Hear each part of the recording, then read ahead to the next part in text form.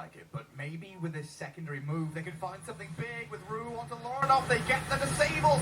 Low with the damage, and they found the Razor. Hang on a second, his life's getting back up. He's staying alive. They can't quite kill him. A little bit more. No way, Lorinoff, he's staying alive. I just don't get it. Me neither. I mean, why did you even put this crap on? What? Me? Yes, you. Who else? I don't know. I didn't even put this on. I don't even like this crap. Really? Really? Collapse looks to flamethrower into him, but Skid on his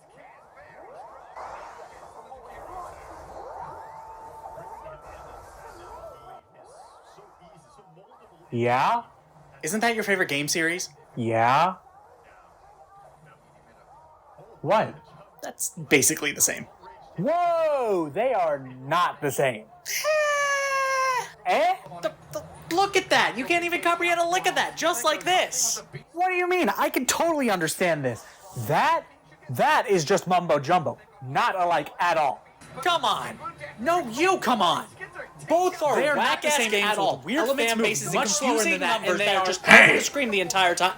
I was just getting a snack. Can I not enjoy my lunch in peace? You know the fuck unpaused my video. I was watching that.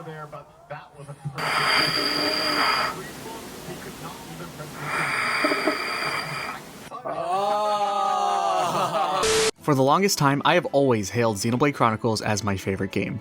With its amazing story and world perfect for getting lost in, it became the game to get me into RPGs and got me invested in the storytelling only video games could uniquely deliver as a whole.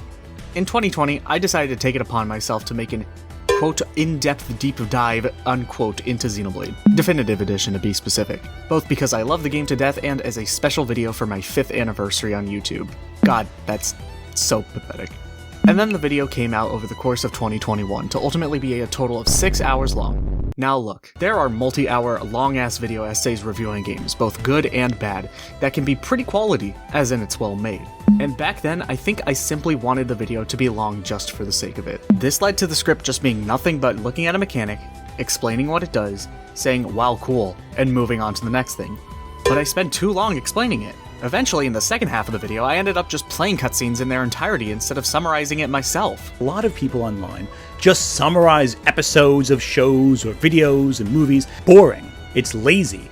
It doesn't give you a perspective on the media. It's just a lazy recount of something that already exists, and it's like diminishing returns. You can just watch the movie yourself. Nowadays, I see this video as my biggest failure, which sucks, because it's the Xenoblade video. For the longest time now, I've been wanting to make a new video delving into Xenoblade, but this time I'd get it right, as a way to make amends for making a genuinely bad video and disrespecting a game that doesn't deserve that treatment. This culminated in the video I made last year, which was just a simple commentary of my thoughts on the game and how it was unlike any other game I played at the time, and why it was so special to me, specifically. As well as how the 100% journey went for me considering I took it upon myself to do that. And while I like that video, it's not exactly the big jELeeoo video I was hoping for.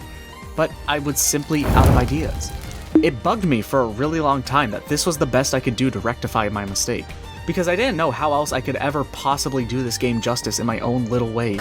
Every other YouTuber that's talked about this game has done so in a much better way than I ever could, to the point where I'm genuinely pissed off at how upsetting my video is. I mulled over the idea of redoing my Xenoblade video for a really long time now, and yet nothing came to mind that would make it unique or good or something that just isn't a waste of time. And then it hit me.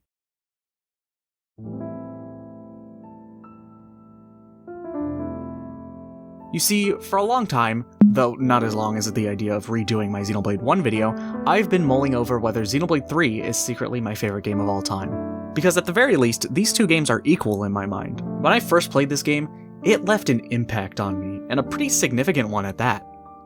It wasn't as in-your-face as the impact the first game had on me back when I first played it in 2013, but instead it was a slow burn. Frankly, there's a lot in this game that's a slow burn. But because the game took the time to ease me into it, I was able to fully experience this world to its fullest and feel this profound impact and lesson the game sought out to teach. So, instead of just reviewing the first Xenoblade game again, I instead want to examine Xenoblade 3 and finally settle the debate that's been occupying my mind for some time now. Because these games are important to me, and I want to show how important they can be to you too. If you haven't played this game or simply underappreciated it, then I hope this video serves to be the best advertisement around for the game to convince you to play it or give it another shot, which is why the early parts of this video will attempt to aid this process. Also, this noise indicates an incoming spoiler, so pay attention when you hear it if you don't want to be spoiled. But that's enough dilly-dallying. I'm not going to waste your time with the development history or any controversies or anything like that. Mostly because there's nothing of note on that end. So let's just dive into this genuine masterpiece. Let's take a look at one of the greatest games ever made, Xenoblade Chronicles 3, and let's see if it's my new favorite game.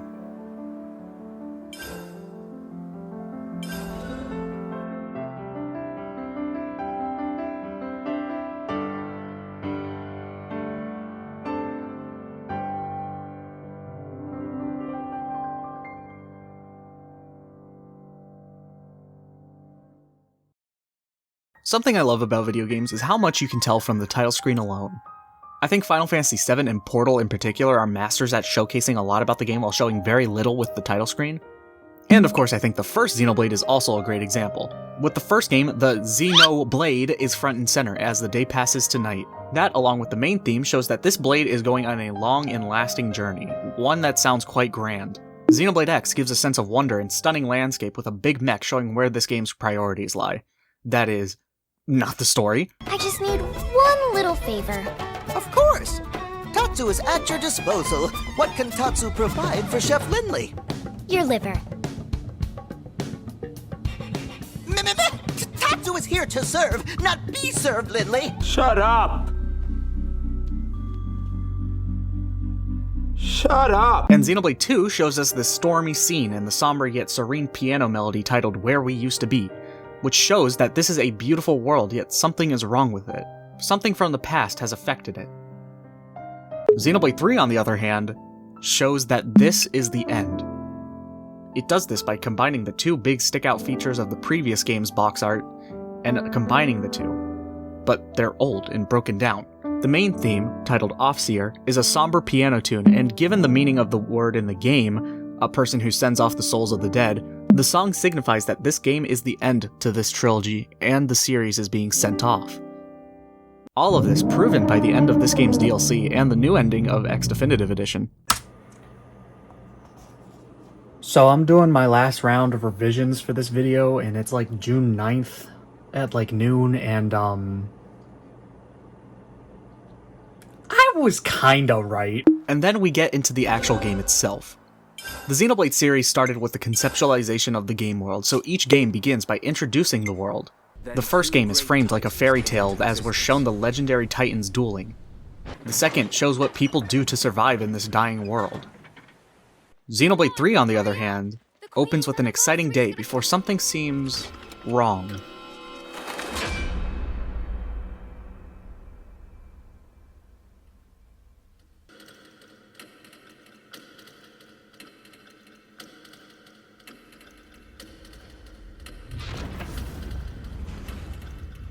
All of a sudden, we cut to a pure flex from monolithsoft with how locked in they are. Xenoblade 1's intro establishes an epic tale.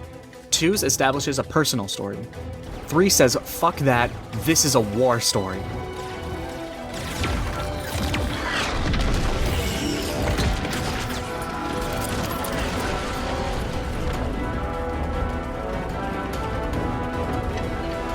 The fact that the game opens up in the middle of a war battlefield is a great way to set the tone. This is not a boy meets girl story like Xenoblade 2. This is not an alien survival story like X. This is war! And the game doesn't sugarcoat it.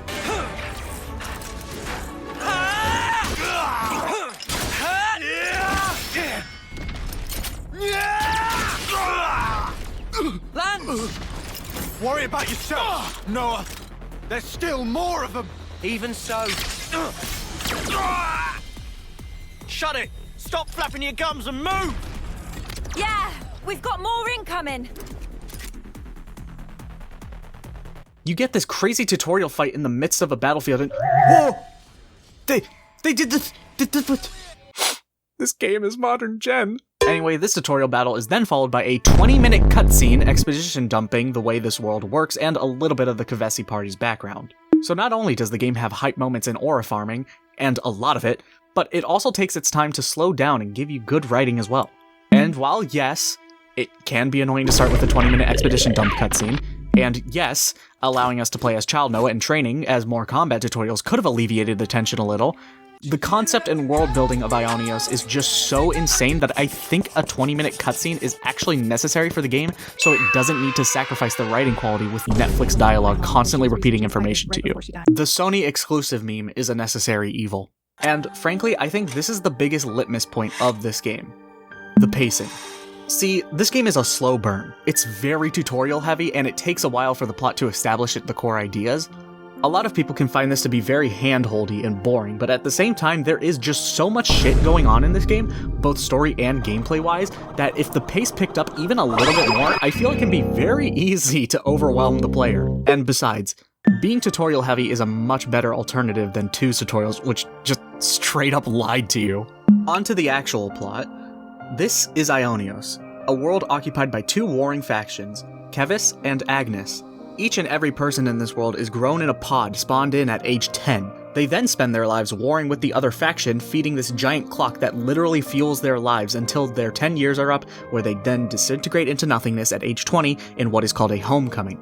Pretty messed up if you ask me, but goddamn that's interesting. As a resident of Bionis, you'd have to live in fear of a Mechon invasion at any time. In All Rest, you'd live in fear of the ground you're standing on just straight up keeling over and sinking at any moment. But in Ionios, you can't afford to be afraid. You wake up every day just to fight so you can live to see another day. Moments of levity are far and few between. It is a miserable time. And frankly, I love games that start out downright depressing. Another interesting thing about this premise is that because this is a world where you fight to live and live to fight, these people don't even have the concept of basic things like romance, aging, or a basic society by our standards. A great showcase of this is the bath scene at the very beginning of the game. See, a lesser game, not naming names here, would use a bath scene to jingle boobs in front of you like keys to a baby. And if you enjoy that, you're a creep. Stay away from me. But nah, Xenoblade 3's got you covered. These people just came back from an exhausting battle where they literally limped back to camp. You think they have time to be horny? Nah, this game is locked in from the get-go. This is monolithsoft's way of apologizing for the embarrassment that was 2's comedy scenes and expelling the gooners in order to tell you that the adults are talking now. And while this scene isn't giving that kind of levity, it still gives levity by showing that in spite of this shit world, there is a sense of camaraderie amongst these doomed few. There is a sense of camaraderie amongst these doomed few, and they can have very few moments of peace. Of course, that is until there's a strange third faction that shows up that both Kevis and Agnes attempt to intercept, leading to a fight with these 3 weirdos who just so happen to mirror our 3 weirdos pretty well. And Noah questions what purpose do they all fight for. Which reminds me that the first chapter of this game does an amazing job establishing the main character Noah, which is surprising because the non-slow burn Xenoblade games take longer to establish and warm you up to their main characters. I'll go more in depth on the characters during the spoiler section, but Noah is a very contemplative man who has one key character trait: compassion. It's made obvious straight away as his main duty on the battlefield is to be an Offseer who sends off the life essence of the dead a la Final Fantasy X. But unlike that game, it's cooler here because he uses a flute, which this game is in love with, so much so that it became a meme. And also, it's an actual game mechanic that I like, so... Anyway, Noah is a man who appreciates life, or at least wants to. He's willing to cooperate in this war, but only because he has to.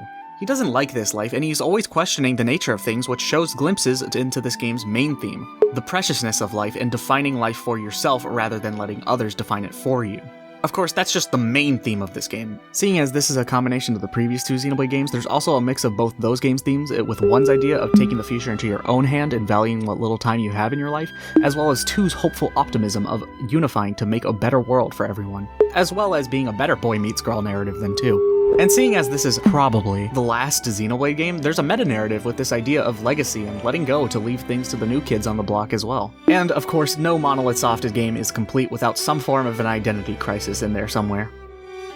Do you see why this game has to take a minute to ease you into it? It's a lot. Anyway, to wrap up the Chapter 1 summary, after this peak meeting of enemies soon-to-be-turned friends, some dude who has gray hair and wrinkles on his face shuts them all the fuck up and tells them that fighting may be bad. I know, kind of a hot take. But then Noah realizes, my bad, he's the GOAT? And this guy's like, y'all are getting Palpatine, before he gets shot by the big bad of this game, named Mobius. I know it's Mobius, like a Mobius strip, but this game came out like 2 months after the movie, so there's no way I can't laugh at that when I first played this game. Mobius then decides to make things fun and forces these people from the two factions to fight together. Thankfully, this old guy named Guernica, in homage to the Picasso painting / war-ravaged town, another way to add to the theme of war equals bad, gives them a helping hand by allowing them to do a Dragon Ball fusion, thus causing an interlink. Noah and the weird cat girl merge to become totally not an Ares Skell from Xenoblade X, and begin fighting. Mobius then turns tail and runs away, but not before doing some weird voodoo magic to make everyone hate them. Guernica then tells these kids that they're Ouroboros now, and they need to head to something called a city, a foreign word and concept to the party. But they have other things to worry about right now, like the fact that the entire world seems to think that these 6 look like monsters, which doesn't give them much choice but to team up. Hopefully they can reach whatever this city is before Mio, the Agnian Offseer, dies in 3 months at her homecoming. Clock's ticking. And thus ends Chapter 1 of the game. What unfolds after is a narrative filled with so many twists and turns that, like The Dark Knight, you'll be thinking, surely it's over, before realizing you're only halfway through the game. And that feeling just leaves you more elated than ever. Now, I know that was a lot to talk about, but I mostly am saying this to highlight that of all game openings to exist, both fast and slow burns, I think this one takes the cake. Again, immediately opening on a war battlefield locks you the fuck in, and what little time you have playing as these 3 as they banter really warms you up to them. Which, by the way, the dialogue in this game is superb and just feels so real, and the vocal delivery also helps them all just sound so believable. Like, listen to this. It's about who in charge of Din duties? No. Listen to the way he said no. No. The voice actors really care in this game. They don't do stupid anime shouting or constantly repeat what other people say in the form of a question. They don't yell all the time. They talk like people. This anime cat girl is so much more believable than any character in a show like 13 Reasons Why. You're speaking insane things. Stay tuned to learn how I intend to use this joke in the future. And it's not just through words that these characters feel like actual people, but also in their actions and interactions as well. They listen to each other, and even if they think an idea is bad, they see the value in it. They joke around, but if they take it too far, they'll talk about it. When they reluctantly team up, there's no bullshit where they just can't get along and split up, ultimately to get in trouble and realize that they need each other. No! They understand that their chances of surviving are much greater if they just stick together, so they suck it up, and the game is better for that. If someone has an idea mid-fight and just shouts that they need someone to do something, they go for it with no questions. And I love how if somebody messes up or maybe says something inconsiderate, it's fine. They get it, they don't fuss over it. They value their time. These people are war veterans, and they understand that they're going to do the best they can with what they know in a given situation. Oh, and the game can also be, like, actually funny. Like, not just for Japanese media funny, like, actually funny. Hell, even the banter when just walking around can be silly. Speaking of walking around on the field, let's get to what monolithsoft is most well known for. That juicy game world. Alright, quick history lesson. Monolithsoft started as the development team of Xenogears, developed under Squaresoft, leaving to make their own game company with Blackjack and Hookers. One of their greatest boons as a company is how long they've been in the gaming industry. The company's big honchos, Tetsuya Takahashi and Soraya Saga, started their careers being art and graphic directors on the SNES Final Fantasies and Chrono Trigger. Takahashi is also notable for mentoring a young Tetsuya Nomura, so if it weren't for the creator of my favorite game, my least favorite game wouldn't exist. God damn it. Anyway, I bring this up because when it came time to develop Xenogears, the team decided to go against the trend of 3D models on 2D backgrounds and made fully 3D environments with 2D sprites over it. Funnily enough, making it age more gracefully than FF7 ever could. This early experience with 3D environments just made them lock the fuck in and be masters of the craft. You know how people say MF Doom is your favorite rapper's favorite rapper? Well, Monolithsoft is your favorite developer's favorite developer. If you want to know more about this particular topic, you can check out this Black Jupiter video I made, though I mostly made it to promote this video, so. I know this because ever since they signed a deal with Nintendo, they've been carrying the company's ass since. Smash Bros. Brawl, Animal Crossing New Leaf and New Horizons, Mario Kart 8 and World, the Splatoon trilogy, Pikmin 3 and 4, every Zelda game since Skyward Sword excluding Triforce Heroes. Monolithsoft supported the making of these games in some form or fashion. And when Xenogears came out, its plot, inspired by late modern psychology and philosophy, was so unlike anything before it that you can feel the ripples it left today in other games. Anyway, I'm ranting like this once again to convince you that Monolith's the GOAT. That's why he's the GOAT! The GOAT! But also to preface that they know their shit when it comes to world design, as if Xenoblade 1 and 2 aren't testaments to that enough. So, with a team who seem to have mastered world design, how can they possibly improve? Simple. Atmosphere.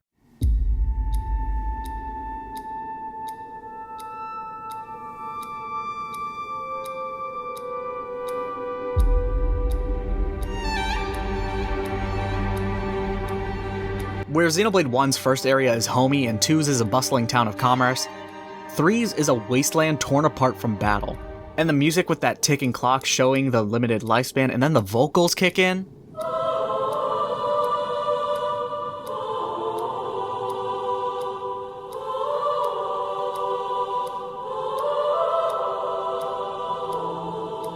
I can't put into words how this makes me feel.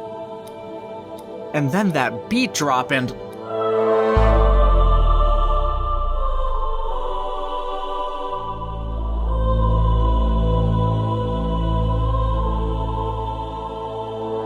a wonderful atmosphere to introduce the first area and to reflect the state of this world and the main party's feelings on it.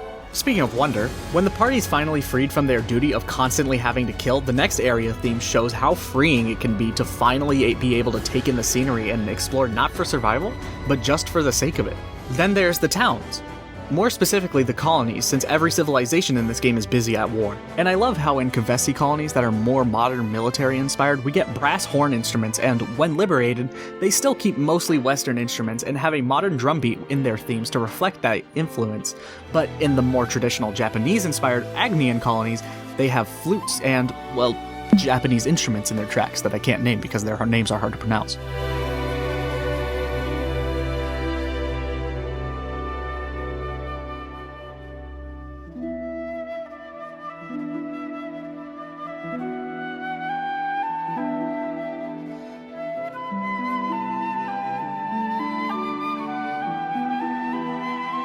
They're just so serene at times, and that's how the areas and atmosphere of this game go.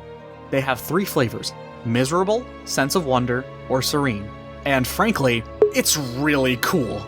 Another cool facet of this world building is just how both of these factions take after their ancestors. If it isn't obvious enough already, Kevis stems from the Bionis and Mechonis, and Agnes from Allrest. But because this world is so fucked up, they don't really care for trivial things such as race and don't question why some humans have wings on their head and why others have cat ears. But a key difference between the two factions is that blades from Xenoblade 2 are significantly stronger than the people from Xenoblade 1, thanks to the blade core crystal. So folks from Kevis counteract this with these things called power frames, which is amazing because I thought this was just a fashion statement Shulk had during Future Connected. But no!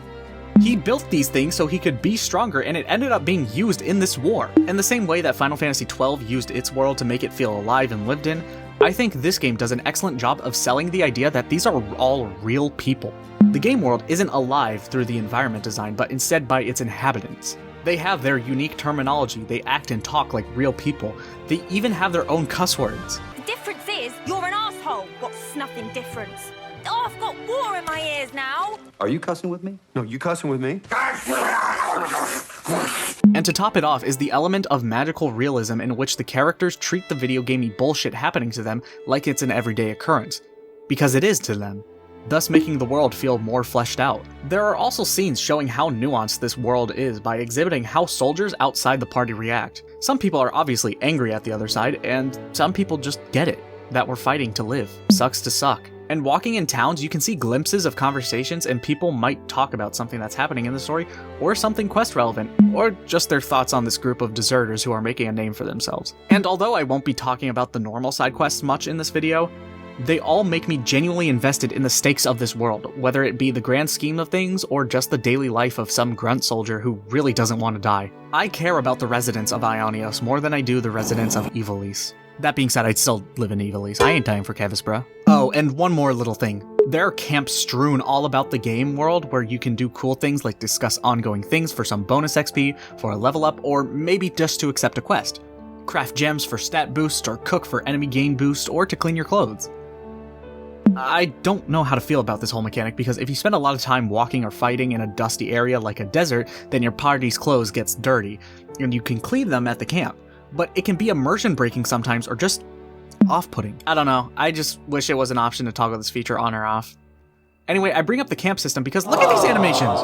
I love these guys. I love this game. Also, I love that this game has its own cuss words as a workaround to keep the T rating.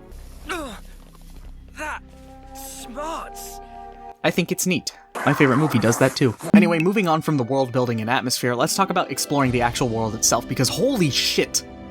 Monolithsoft, along with their influential design, loves to do this thing with Xenoblade specifically called pushing the game console to its limits while still running optimally, most of the time.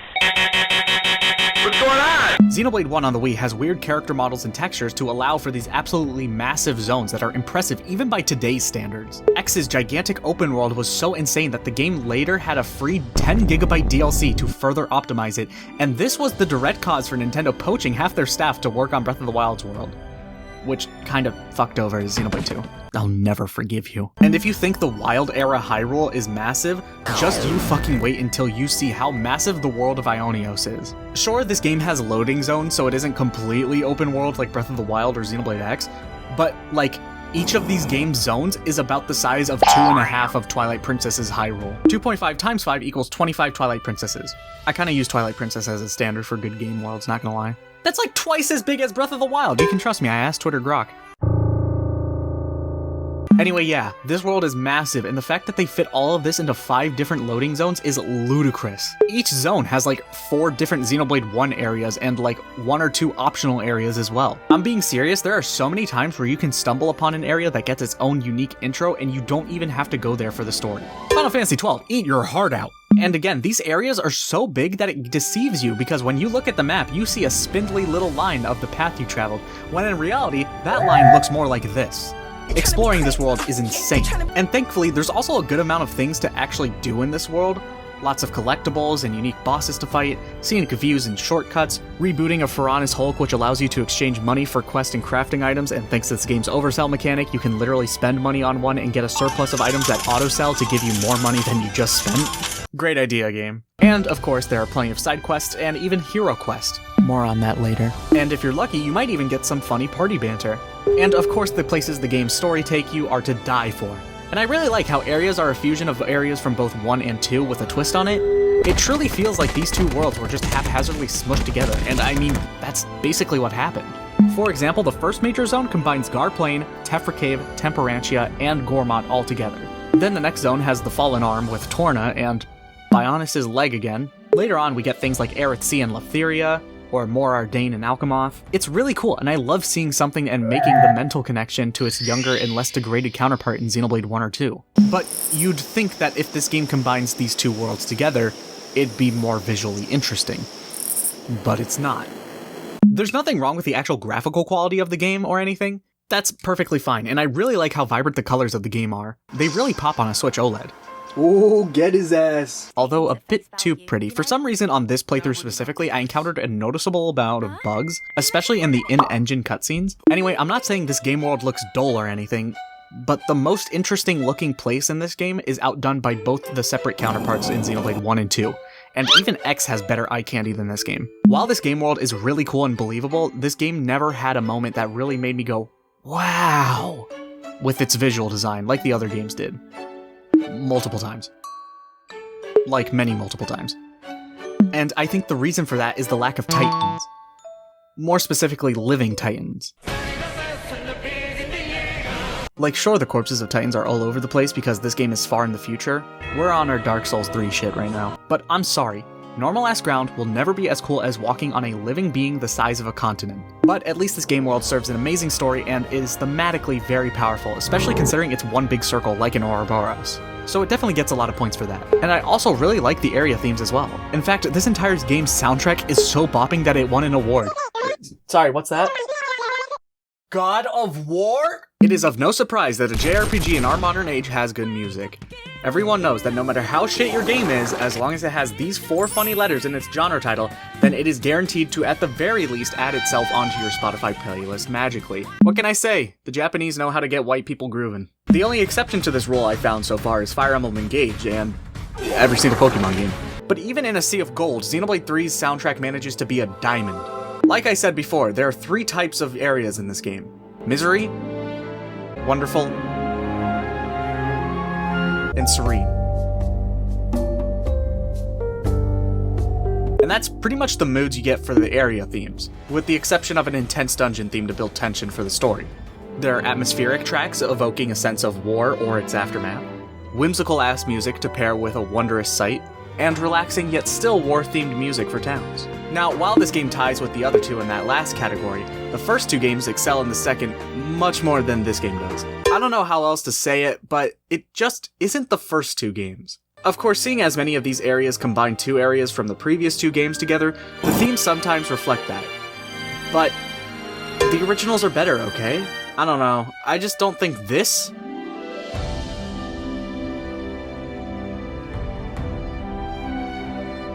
is as whimsical and adventurous as this.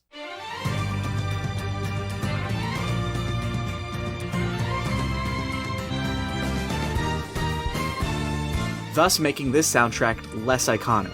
And frankly, something like this sounds generic for RPGs. This is something I'd hear in Monster Hunter, not Xenoblade. I don't know how else to say it, but the vibe's just not Xenoblade for this song. Maybe I'm just a boomer. I don't want this to turn into my point on Hollow Knight's music that got misinterpreted and shat on by thinkers and then taken out of context so it can be demonized. So let me put it clearly. The area themes of this game are good, but a lot of them are just lacking when it comes to living up to the series' pedigree is all. But at least this game's area themes excel in the category of depressed atmospheric pieces, as is evident by the first area theme being the best one. I'm gonna say it! Yasanda Plains is a better atmospheric piece than any songs on the Super Metroid or Silent Hill 2 soundtrack. Oh please, you're just afraid of the truth. I've seen what makes you laugh. Fuck you! But you know what? Scratch everything I said, because that's all irrelevant now thanks to the involvement of the battle music! This is the standard battle theme.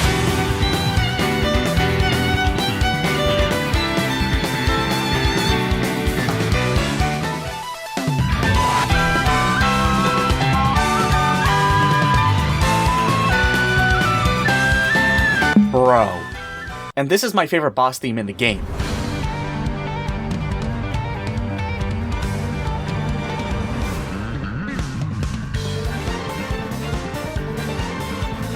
Except scratch that, I just lied to you because that was also a standard battle theme. This is actually a boss theme.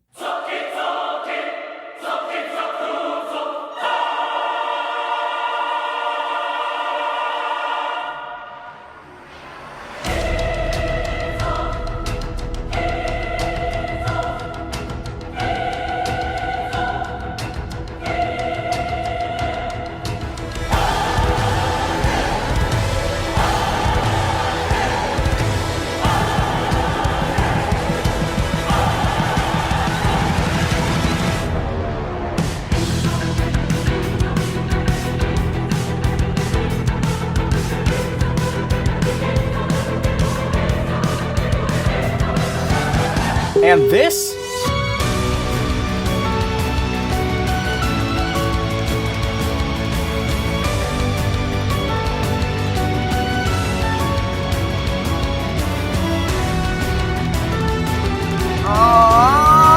And thankfully, the songs playing in all the dramatic cutscenes have sparked something within me when I first heard them. Oh, and also, this soundtrack just casually houses the best song made in the history of mankind.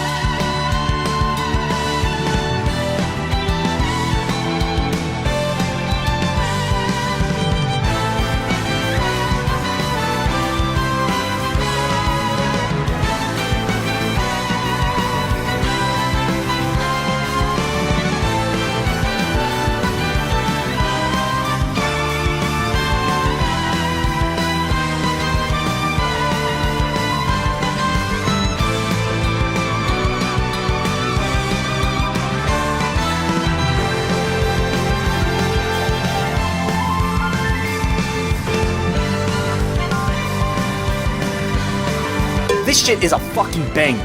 However, one issue for me, the one big issue with the battle music, is the fucking chain attack theme. Imagine this, you're in an epic story boss, tensions are high, then you enter a chain attack and...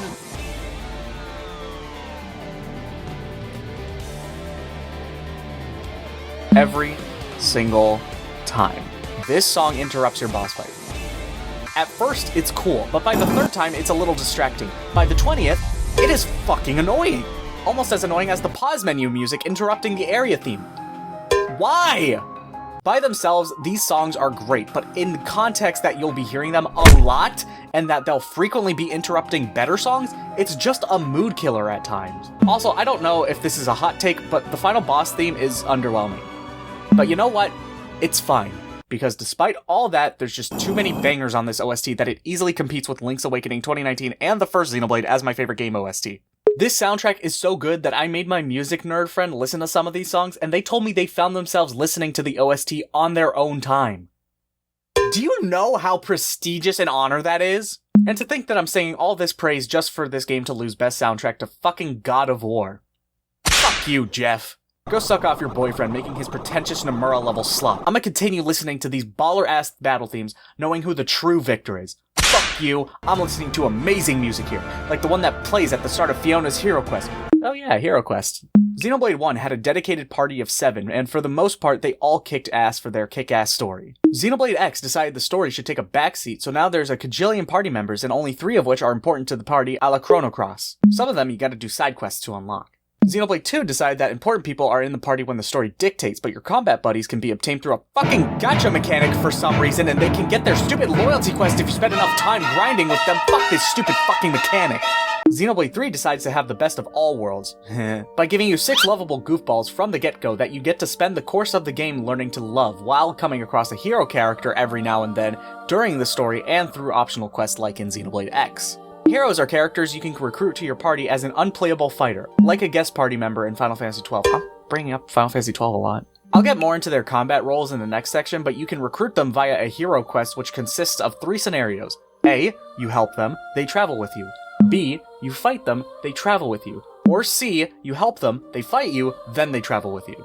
It sounds boring, but what makes it interesting is the individual hero's personality. For example, Valdi is willing to accept your help from the get-go, but with Xeon, he's basically holding you hostage so you're forced into helping him. And while he's mad at you, he'll still geek out about treasure, which is really fucking funny. And something else neat is that each hero has a unique outlook on life that wraps itself in a neat little life lesson for the party to learn.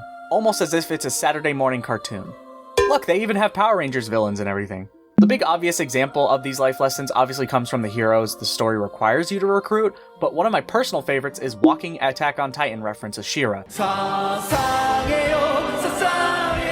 who not only fights for the freedom to choose how she lives, but to choose how she dies as well. Yes, I want to die. And also because she's low-key the best hero in the game. She also sounds like Nicki Minaj at the beginning of Dark Fantasy. Anyway, I'm going to remove Colony 11 from the equation. You guys want to come with? You might think you've peeped the scene.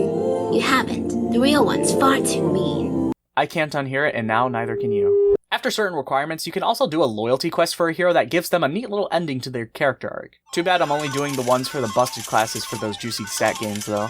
My only big pet peeve with heroes as a whole is that some hero quests are more equal than others, if you catch my drift. And funnily enough, I think most of the heroes you're required to get for the story are kinda lame, or just that the optional ones far outshine them. Moving on to other side quests. As I said before, these quests make me feel invested into this world, and makes me wish the best for these people.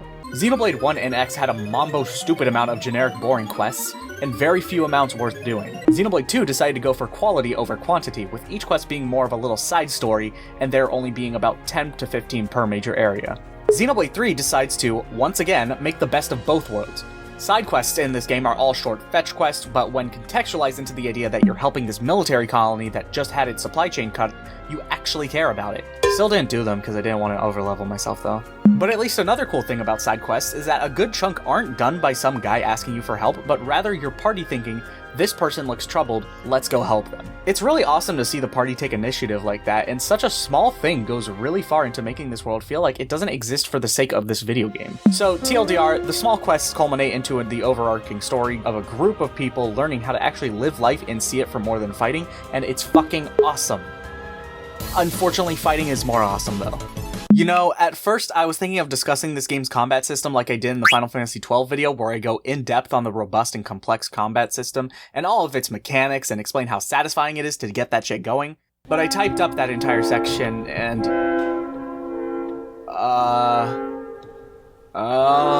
yeah, so instead just know that this game has a lot of combat mechanics. So I'll just let you know that despite the amount of mechanics present, the game still takes its slow burn pacing to very slowly ease you into the amount of shit this game has to offer.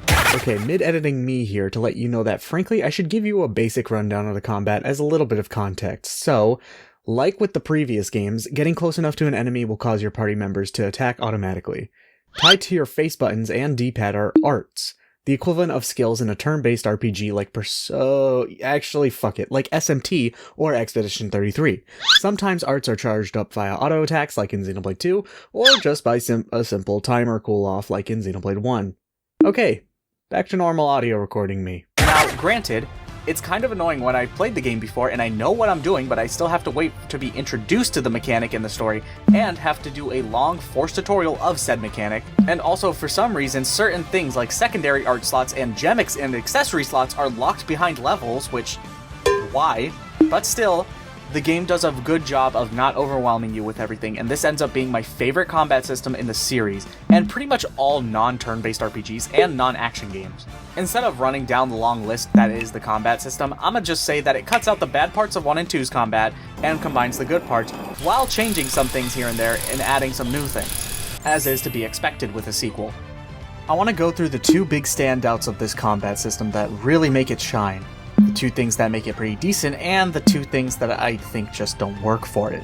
But first, I do want to say that I think this game has the perfect non-action, yet you're still doing a lot with the controller constantly combat, blended with the strategic thinking you get in a game like Chrono Trigger or Expedition 33. Starting off with the really good, I still find it absolutely insane that this game allows you to switch who you're playing as mid-fight without the need to pause or anything like that, and that all party members are present for every battle. I know monolithsoft has expressed wanting to do something like this for a while, but holy shit! I also think it's one of the main reasons combat doesn't get dull.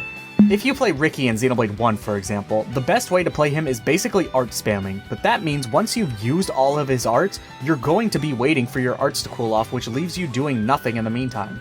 I'd say the same for the mid-game of Xenoblade X as well. But in Xenoblade 3, if you exhaust all of your arts, you can just switch to the next person and use their arts. Now, I'm not encouraging you to art spam every character, but you get what I mean. There's never any wait time in a fight, unlike previous games. The other thing that this game does fantastically is the class system, because oh my god, I love it. I haven't played Final Fantasy V, but from how I've heard it been described, it sounds like this game took that system and basically embellished it to perfection. Like I said before, throughout the game you'll come across heroes. Some through the story, but most via side quest, and these are guest party members who will join you in a fight and participate in chain attacks, but you can't directly control them. But after they join forces with you, someone in your party will inherit their class, and you'll get to play with their weapon and playstyle, while wearing their outfit.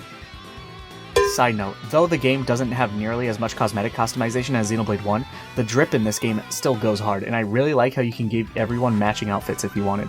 Spending time with this class and the hero in your party also unlocks it for other party members as well, but it is painfully slow! And unless you have the DLC, you can't spend in-game currency just to unlock a class, but you can to level up its rank for some reason? The best way to unlock classes other than the DLC is to get a CP boost meal and fight enemies 3 to 5 levels above you with the hero and class equipped. Also, classes cap at level 10 unless you do that hero's loyalty quest, which it's then raised to 20. Another benefit of leveling up a class is being able to equip arts and skills to the other classes once mastered. And of course being able to equip the drip post playing that class. And if you put in the effort to level a class to 20, you can also equip that class's talent art on other classes. Pink! This combat is pink! Also, pro tip, you're invincible during talent art animation, so feel free to abuse that if you see an enemy doing an attack you think you won't survive. Seriously, there's just too much nutty shit you can perform by mixing and matching the different arts and skills this game's many classes have to offer. There's also a unique class that obtains arts and skills through fighting unique monsters in the world, which not only encourages doing side content, but also makes the game viable for insane level 1 runs of the game. Moving on to something about this combat that is frankly hit or miss is the chain attacks. In both 1 and 2, they were very straightforward with how they worked. But in 3, even with the tutorial you get, it's still confusing and you'll need a PhD to fully understand it. I am not going to explain how it works because, again, But chain attacks are so wild to understand without looking up a guide on YouTube. Hell, I only truly understood it near the end of my first playthrough when I was putting off finishing the game. And unfortunately, chain attacks in this game are so class dependent, some classes become completely suboptimal in the late game solely because they are not good for chain attacks.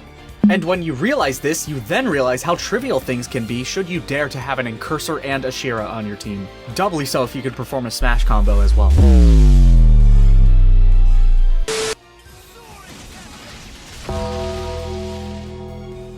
I was decimating bosses with this just by trying to level the two up since you obtain them in similar level groups. And it led me to decimating an entire boss's health bar in a single chain attack. Needless to say, this shit is wild should you understand how it works. And then there's interlinking into Ouroboros.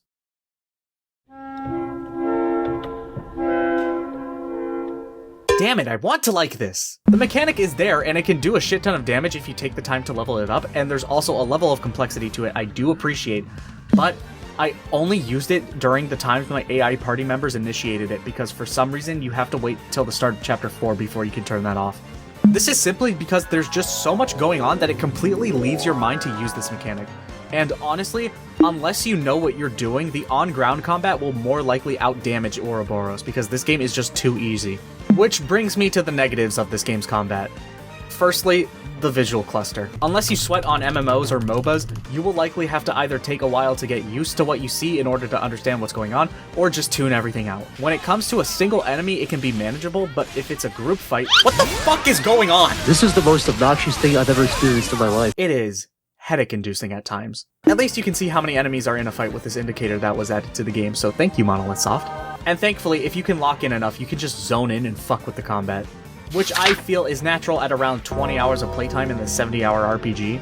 Oh, wow! That is relatable! And besides, it isn't actually completely undecipherable, it's just a lot. But unfortunately, the one thing that can make this combat system so unfun is the fact that it is piss easy to make yourself vastly overleveled, thus making the game piss easy. Like, you don't even have to try.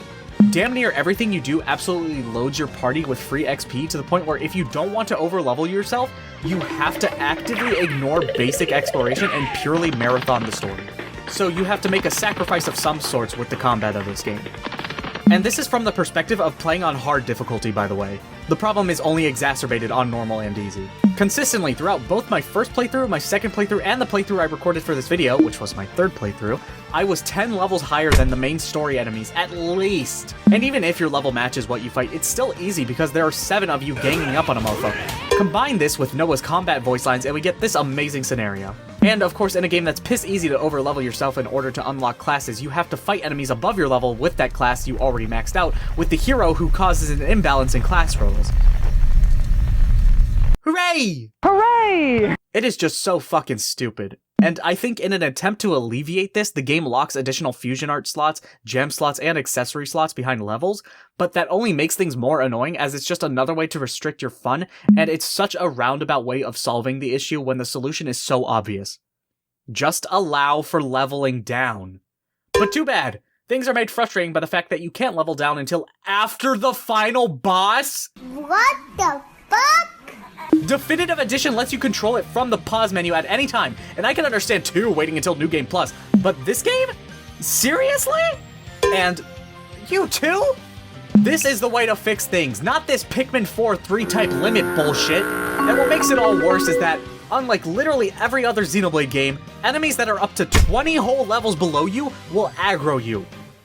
Why? Why waste my time with these guys? Let me just run away and vibe with the area, moving on to the next point of interest. It's really fucking annoying. Okay, hi, mid-editing me here again to say that upon further examination, like the clip you're watching before you, I think that this only applies to enemies that you are in the way of your story path, or like in a story quest, because like these enemies conveniently spawn in the middle of this quest objective and I have to fight them, but the ones that were already there did not aggro me.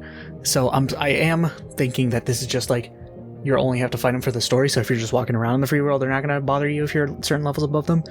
But yeah, still, I do think it's a problem though. Oh, and frankly, I don't know if this is me being too caught up in a battle to notice, but I swear around the mid-games, enemies just start having one-shot moves they occasionally throw out on a party member. Which is not only bullshit, but it's just lame as well, because this amounts to nothing more than a minor inconvenience with how quickly you can revive down party members in this game. There are some other things about the combat I'd like to praise though, and one I'm undecided on. Starting with the latter, the chain attack gauge is no longer separated into 3 segments, and instead of using a third of the gauge to revive party members, you just have to have a healer class hold A for a while to revive a party member, and this ends up filling the chain attack gauge as well. On one hand, it's kinda cool that you can revive whenever you want, but on the other hand, your ability to revive is no longer tied to skill, and if, say, you're using an attacker to line up a positional attack, which is made easier with the new visual position indicator, so thank you for that, monolithsoft, using the R3 stick shimmy, also a new feature I actually really like, and the enemy decides to use an AoE on 3 healers whose AI is grouping them all together because there's no tactic option to tell someone to separate from the group, then your healers get wiped out and you can't revive for the battle. Tough luck, bucko! This happened to me in the hour-long final boss of my first playthrough, and I didn't feel like playing for the rest of the day after that. What else? I do like that there's an option to give up on a fight and teleport back preemptively by holding minus mid-combat.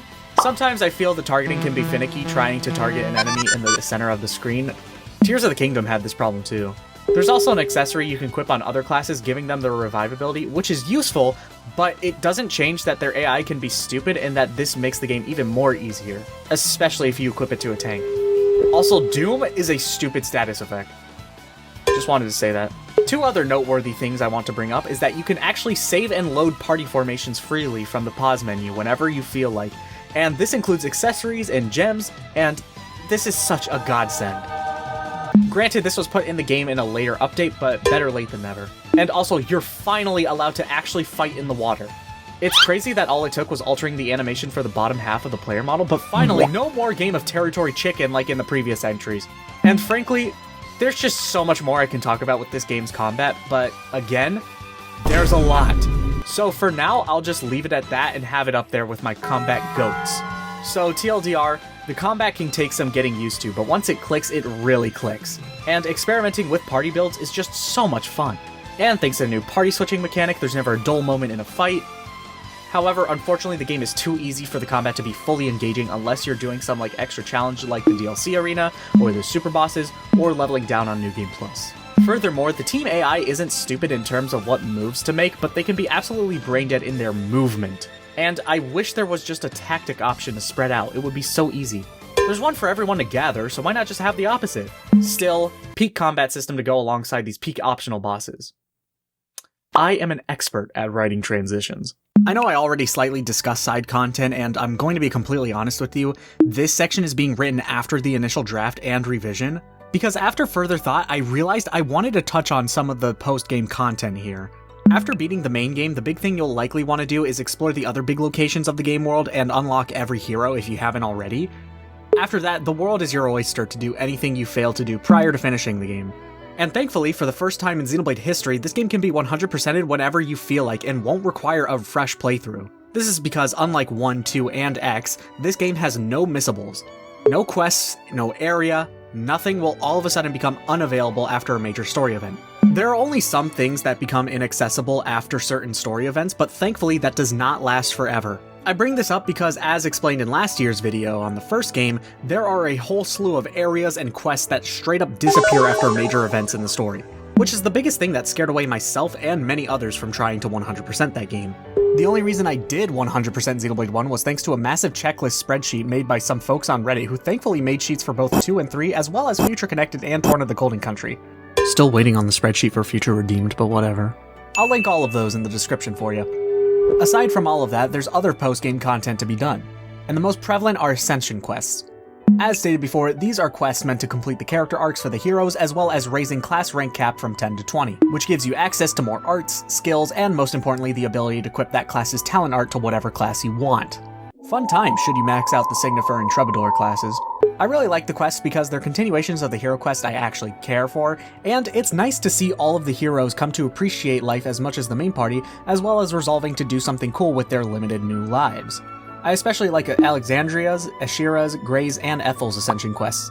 The only problem I have with these Ascension quests is that some of them require a massive chain of side quests to be done, while others simply require rank 10 of the class on the party member who first had access to it. For example, Ashira, who's not only a great hero, but is straight up the best base game hero and tank class in the game, has 2 very lengthy quests attached to her Ascension quest.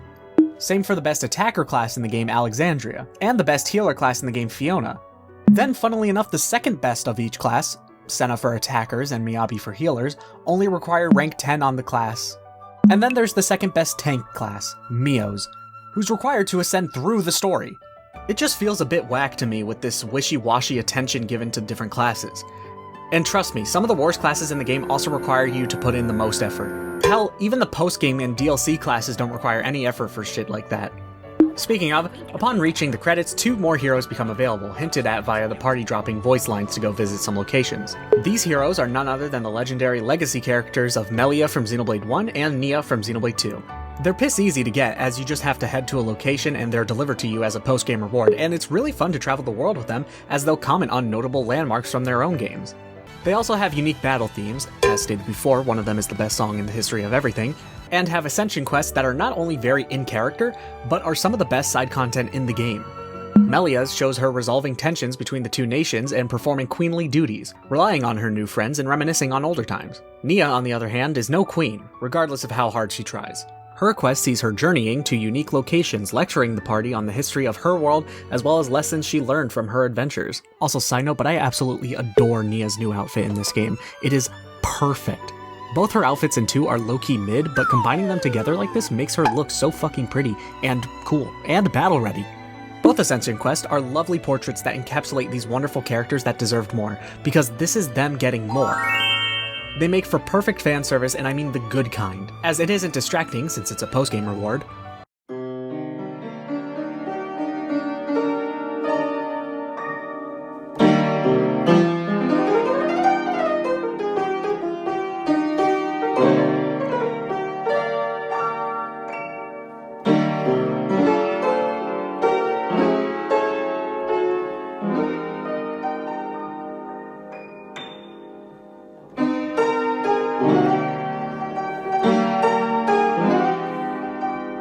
Or a booby simulator. As for how they play, Melia is an okay attacker class. As a hero, she's only useful in chain attacks if you're still bad at them, and also level 1 runs, but we're not there yet. Nia, on the other hand, is the best healer in the game. Not the best healer category class, but the best class for pure healing. You are guaranteed to not die if you are running a life sage in your team comp. Moving on, along with Future Redeemed, the DLC also brought on 2 more classes. They're fine. Annoying voice lines at worst, and afterthought at best. Pretty sure Mash's class is busted if you learn to use it correctly. But who cares, because the DLC gave us the Challenge Arena. Similar to Xenoblade 2's DLC, a strange portal appears near the end of the early game, allowing you to visit a mysterious realm known as the Land of Challenge, in which a mysterious Nopon, known as the Nopon Arcsage, did I say Nopon? Where a mysterious Nopon, known as the Nopon Arcsage, kidnaps you and forces you into his dark, evil, twisted games. AKA just battle arenas that rank you based on time, and give you a unique currency to exchange for cool rewards. The Arcsage in this game is voiced by Shulk's VA. And then the next wave came and we got the Arcsage's Gauntlet!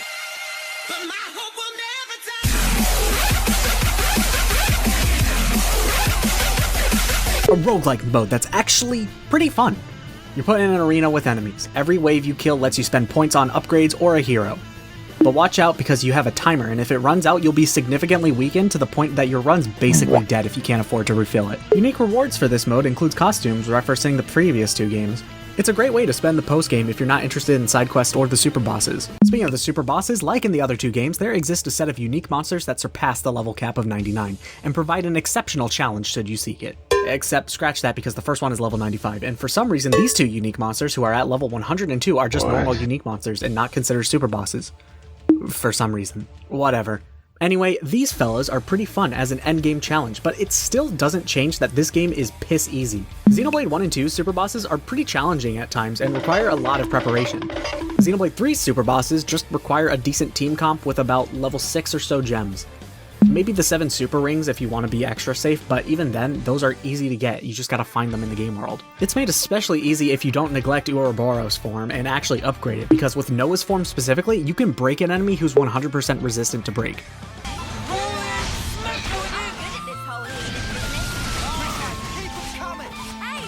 That being said, I still really like these bosses, and I really appreciate that the last one gets its own voice-acted cutscene. And they're definitely fun on your first go-around, but they're just a little underwhelming. is what I would say if the challenge option didn't exist. The challenge option asks you to keep up the victory streak against a super boss, and every time it comes back, its level is increased by 5. This is a great way to genuinely challenge the player and test their game knowledge, as well as make an otherwise disappointing post-game boss incredibly fun. Like with the first game, the raw footage of me fighting these guys is on my second channel if you want to see that. But even then, you can take the challenge further by increasing their level and decreasing your level. Now, granted, you're mostly going to be relying on the Soul Hacker class and Melia's unique heroic chain for low-level runs, but still, thanks to the absurd amount of mechanics in this game's combat system, fighting the level 200 Seraphic Sarantina? Tinia? How do you say that name? Fighting the level 200 Seraphic Sarantinia with a level 1 party is not only doable, but it's fun. Not even in a normal way, too. It's more fun because honestly, at this point, it's down to executing a formula flawlessly. It's fun in the same way a strategy game is fun, which is so unique and exciting for a game that was never intended to be a strategy game. Too bad this is someone else's footage and the best I've done is level 25 with this guy. Even then I can't do that. Put the separate command in the game, please! For the love of God! Please! Whatever, let's just get to the characters already. But wait, before we get to that, I must warn you that it is now time for spoilers, so I won't be holding back. These sections of the video are meant for those who have reached the game's credits and just want to watch the video for funsies, or if you just want elaboration upon the game's major story moments and themes. So if you want to avoid spoilers, skip to this timestamp for the concluding statement of this video. Okay? Okay. So, state your name and expert level. Kangaroo Joy plays 5'8". D1 athlete. My experience level is 37. Is that a good one? Yeah. That's a good one? Just to prove I was gonna do how... 6, 7. Did I lose the room? So because you're such an expert, we're gonna show you the characters of beloved hit game, Xenoblade 3, and you're gonna tell us all there is to know about the characters because you know them so well. Yep. So let's start with this guy. That's the main character. Mm-hmm. What's his name? That is Joan. Okay. With 2 N's. Okay. Some people say Joanne. Yep. Those people are from Europe because that's how it's pronounced in Europe. Mm-hmm. This is the hot-headed leader who always is hard on his brothers because everyone in his squad he's related to they're all his brothers. Mm-hmm. But he's only hot on them because he wants to make sure that they're safe and doing things correctly. Right. Next is this character. So that's the youngest brother. Okay. Brother. Yeah, they're all his brother. Kind of a touchy subject. Okay. I don't know, yeah, so that's Michelle, formerly known as Michael. Okay. And Michelle really, really, really enjoys poker. Like, to a point where it's, like, kind of weird because they'll be, like, in the middle of a mission and she's, like on, like, rain bet and shit. And it's like, dude, what are you doing? It's like, pay attention to the mission. Yeah. Because we all know the missions in Xenoblade are all about fighting, like, they're like dragons, but they're mechanical. Honestly, not that far from the first game. Bestus. Yes, this character. Okay. That's Emilio. Okay. He, because they're all brothers. Yes, they're all brothers. Just making sure. He loves to dance. This guy. Okay, yeah, so I actually know both. This is the only one in the group that's not one of the brothers. Yeah, what makes you say that? I actually didn't think about that. It was going off vibes. His real name is Brad, but his nickname is Brat because they really don't like this guy. Yeah, so, and you can see it in the green, like Brat Green. No, that's not what I was going for, but I really appreciate the community input. Do you know the nickname he has? Yeah, I said Brat. Yeah.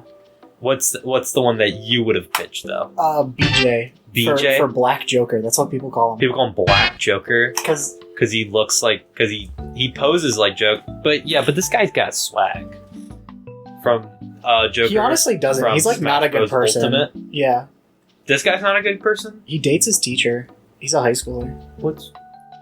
that makes him the victim, not the other way around. But like the player chooses that, you know, and the player's like when in the dialogue tree is like all the swab options to date her. Whoever's playing Persona, that's not a person you should trust. Next up is this guy. Oh, that's Titan. Yeah. We love Titan. Titan's the oldest of the brothers, but Titan is just like a total stoner. Like, doesn't take any responsibility, just like a chill, go with the motion kind of guy. But it does lead to a lot of like discourse between the group because he's often like slacking off. Yeah. But when he does go to work, he goes to work. Like, he's the hardest player on the team. Yeah. Oh, he's a player. Yeah. Oh, 100%. Do you know about this character? Yeah. Yeah, that's Remy. Okay. Remy, of course, one of the brothers, is kind of known as like a bit of a control freak. Clashes with Joan a lot. The main.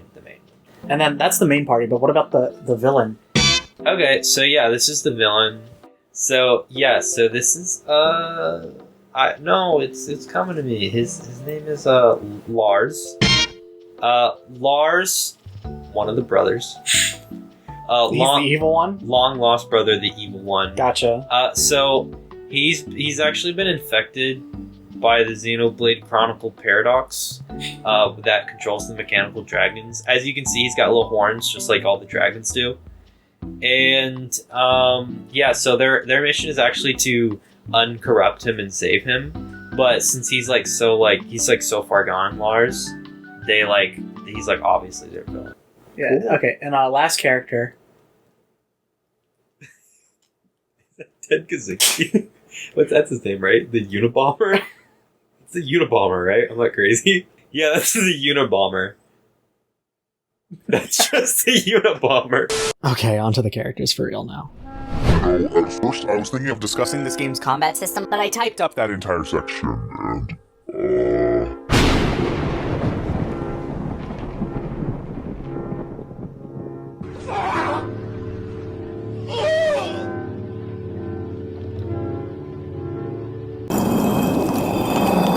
So, we're finally here, talking about the best part of this game, the characters. In most JRPGs, there's always going to be that one party member, or if you're Persona 5, 10 party members. Oh, brother, this guy stinks! That just grind any and all tension and stakes in a cutscene to a grinding halt the second they open their mouth. Or in general, they just get on your nerves with an overly quirky personality that you don't think is cute in the slightest and you're tired of pretending they are. These types of characters can even show up in really good games. Xenoblade X is especially guilty of this, which is surprising when Tora exists, but thankfully, in Xenoblade 3, not a single one of these characters is badly written. Nor do they get on your nerves. The game just knows how to balance its humor with the serious moments. It knows when to be anime and when to be good.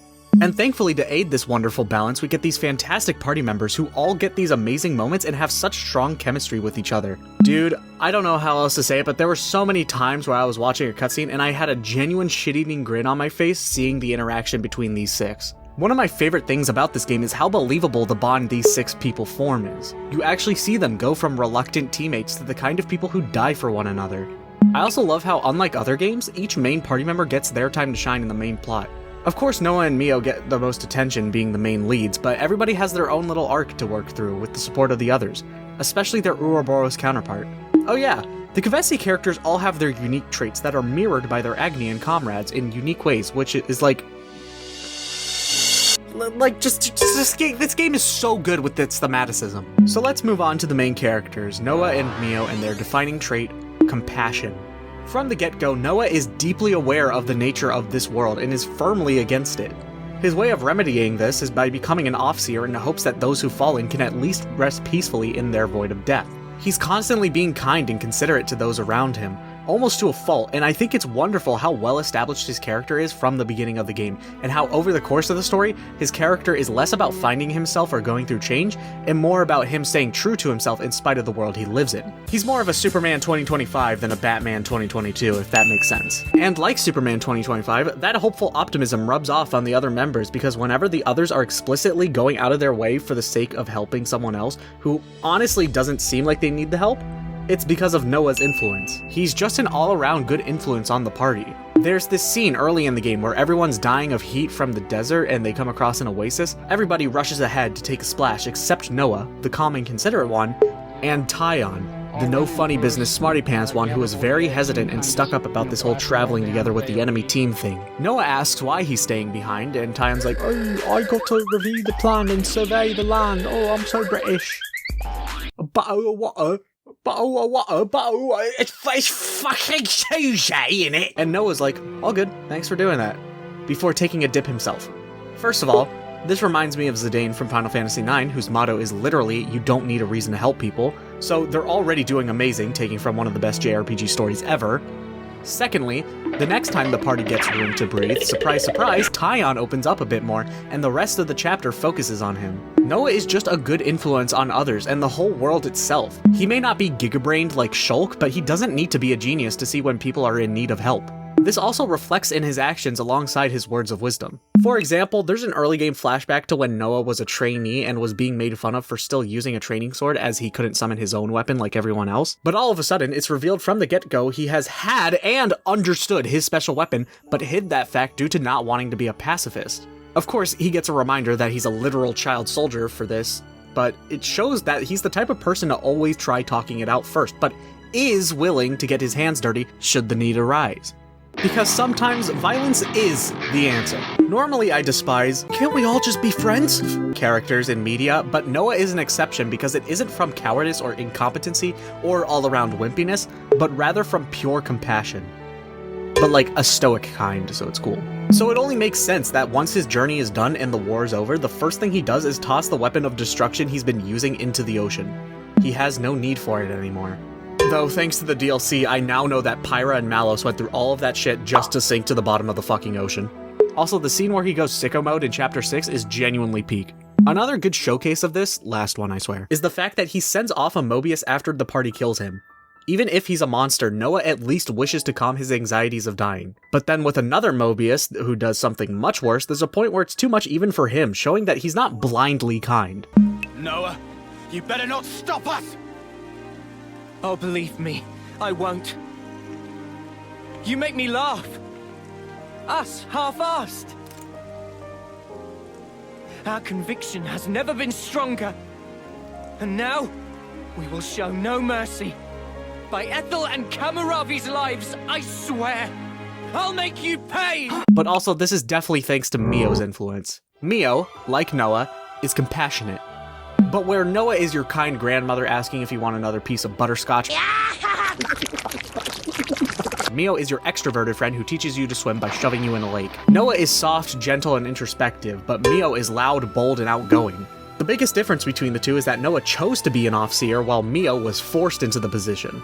In fact, a lot of Mio's emotions stem from being put through some shit she had no say in, and learning from that, unlike Noah immediately understanding and choosing to be the way he is. She values life so much not because she feels empathy, but because she herself only has 3 months to live and it fucking terrifies her. Her term mark slowly dwindling is a constant shadow looming over the party for the entire fucking game, and whenever it's brought up, it is genuinely bone-chilling and upsetting.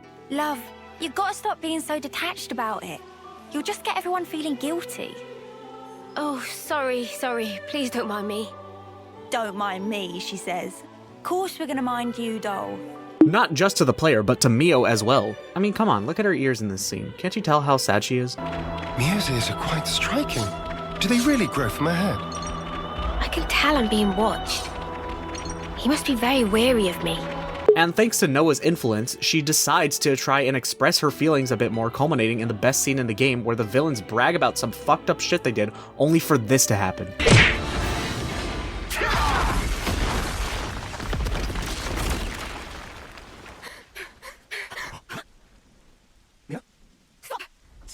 Stop toying with everyone's lives! boss! That's my fucking goat! That's why he's the GOAT! The GOAT! I don't know what it is with monolithsoft making anime cat girls secretly the best characters of their game rather than boobs on a keychain like most games in anime do, but I am so here for it. And rather than gently suggesting to open up if she sees something bothering someone, she'll be blunt and ask up front what's going on. When others try to be considerate of the whole 3 months to live thing, thinking it's a touchy subject, she tells them up front, nah man, it's cool. Again, she's like your extrovert friend. And frankly, while Noah's outlook on things is cool, being the only one thinking differently about the world, Mio's outlook is just so much more interesting as someone who wanted to be a soldier but was forced to be compassionate and learn the value of life through their own fleeting time. She's more of a Batman 2022 than a Superman 2025. This perspective makes her realize how cruel the world is, and rather than wanting to save everyone, she just wants to save those she cares about. Enemies be damned. But her chance encounter becoming Ouroboros gives her one last glimmer of hope to actually do something with her life, and perhaps do something more than just fight a war. And through this journey that she was practically forced on, her perspective is once again changed into realizing that everyone is worthy of protecting, and that life isn't something to be toyed with. Stop toying with everyone's life! Now fully embracing and proudly accepting the role of Offseer. And it's not like she's totally okay with the fact that she has 3 months left. There's this scene where her, Uni, and Manana come across this super tasty fruit and they get excited to eat it, but unfortunately it won't be ripe until next year. Manana and Uni naturally get flustered, and Mio brushes it off out of compassion for them to help calm them. Uni tells her to open up, and Mio admits that she hates knowing how close she is to the end, but ultimately that she's grateful for her life she's lived up to this point, and she wants to do what she can with the time she has left, and tells them that even if she won't be here in a year, she still wants them to enjoy that fruit to the fullest. Oh god. My little heart can't take much more. Also, side note, I adore how every party member in this game gets at least one one-on-one conversation with another. Like, in Xenoblade 1, my favorite characters are Ryan and Melia, but they just do not speak to each other directly outside of heart-to-hearts. Which this game removed for some reason! The game where I want to see these characters interact the most and we don't get heart-to-hearts? We don't get heart-to-hearts in the game with the biggest quantity of good party members? For shame! Anyway, this all culminates into Mio being a better protagonist than Noah, because let's be real, she's the one with the character arc, not Noah. She's the one who's most important to the plot, not Noah. After she's introduced, she becomes the narrator, not Noah. This is Mio's story, Noah's just the point of view character who just so happens to have a super important sword. Which is why before Noah meets Mio, he's the narrator, and his narration only comes back at the end of the game where they're separated and... Oh, my little heart can't handle this. Also, side note, but holy lord, is this by far my favorite romantic pairing in any story ever. It's so fucking rare for a romance in a piece of media to actually make me feel all warm inside, so bra fucking vo, game. They just go together so well, and I love the multiple points of the game where they know they are 100% in love with each other, but can't focus on that as there's more pressing matters at hand. So, of fucking course, the best couple in media history is split apart at the end.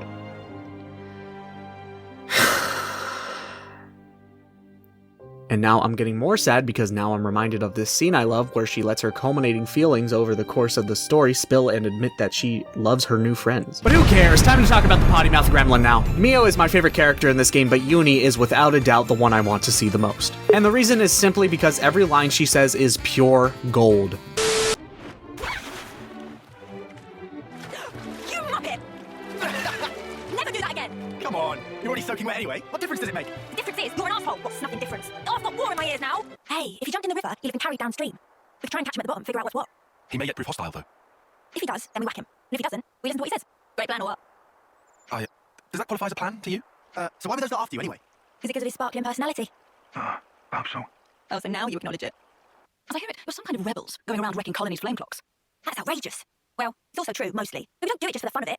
Psst. Psst. What's up? So, you've got M's memories. Uni, why are we whispering? Roll with it. This game should have been rated M mature. Not to make the stakes of the war feel more real or anything like that, though that would have been nice, but purely because Uni should be able to say fuck. You stupid Nick! I want to hear her say it. I want to hear her say the fuck word, okay? I want to recreate that one Mr. Beast TikTok with Miranda Cosgrove from the video where Carl creates that awkward moment and makes me think he fumbled hard. I'm getting off track. Uni's two big traits are pragmatism and trauma. Uni is, I wouldn't say dense, but she's blunt in the same way a caveman's club is. She doesn't have time to pontificate on the nature of life or get caught in sentimentality. She's a realist and she hates the bullshit. She'd rather just get straight to the point. Vague talk pisses her off, and she's very rigid in her ways to a degree bordering on comedy. Who am I kidding? It is comedic. Okay, then why don't you tell me where we are now? What's this region? Come on, spill. It's, See? You can't tell your ass from your elbow. Doesn't that make you the spoon? She needs the details. The devil is in that shit. She's just practical like that. She's more of a less thinking, more doing kind of person. And frankly, I mean this in a good way. I love the way she takes initiatives at times, and I too hate when people beat around the bush, and I'd rather you just get straight to the point already. Ignore that. In a way, it makes sense for her starting class to be a medic gunner. Blunt offense and pragmatic defense. Cutting straight to the point that you can't do anything if you're dead. Now, whether this blunt pragmatism is a coping mechanism to get through this fucked up world or not, I don't know, but this pragmatism does get completely thrown in her face upon facing trauma. The trauma of a past life. See, unsent bodies in this world become husks. And Uni just casually finds her own husk, so apparently on top of living your entire life to fight, if you fail to make it to your homecoming, you just get reborn to fight again. How fun! This discovery and faint flickers of her previous life upon touching her husk send her spiraling into fear and anxiety, and rightfully, she's quite shook. But thanks to Taion, she overcomes her trauma and learns pragmatic and healthy ways to cope and move forward with her life.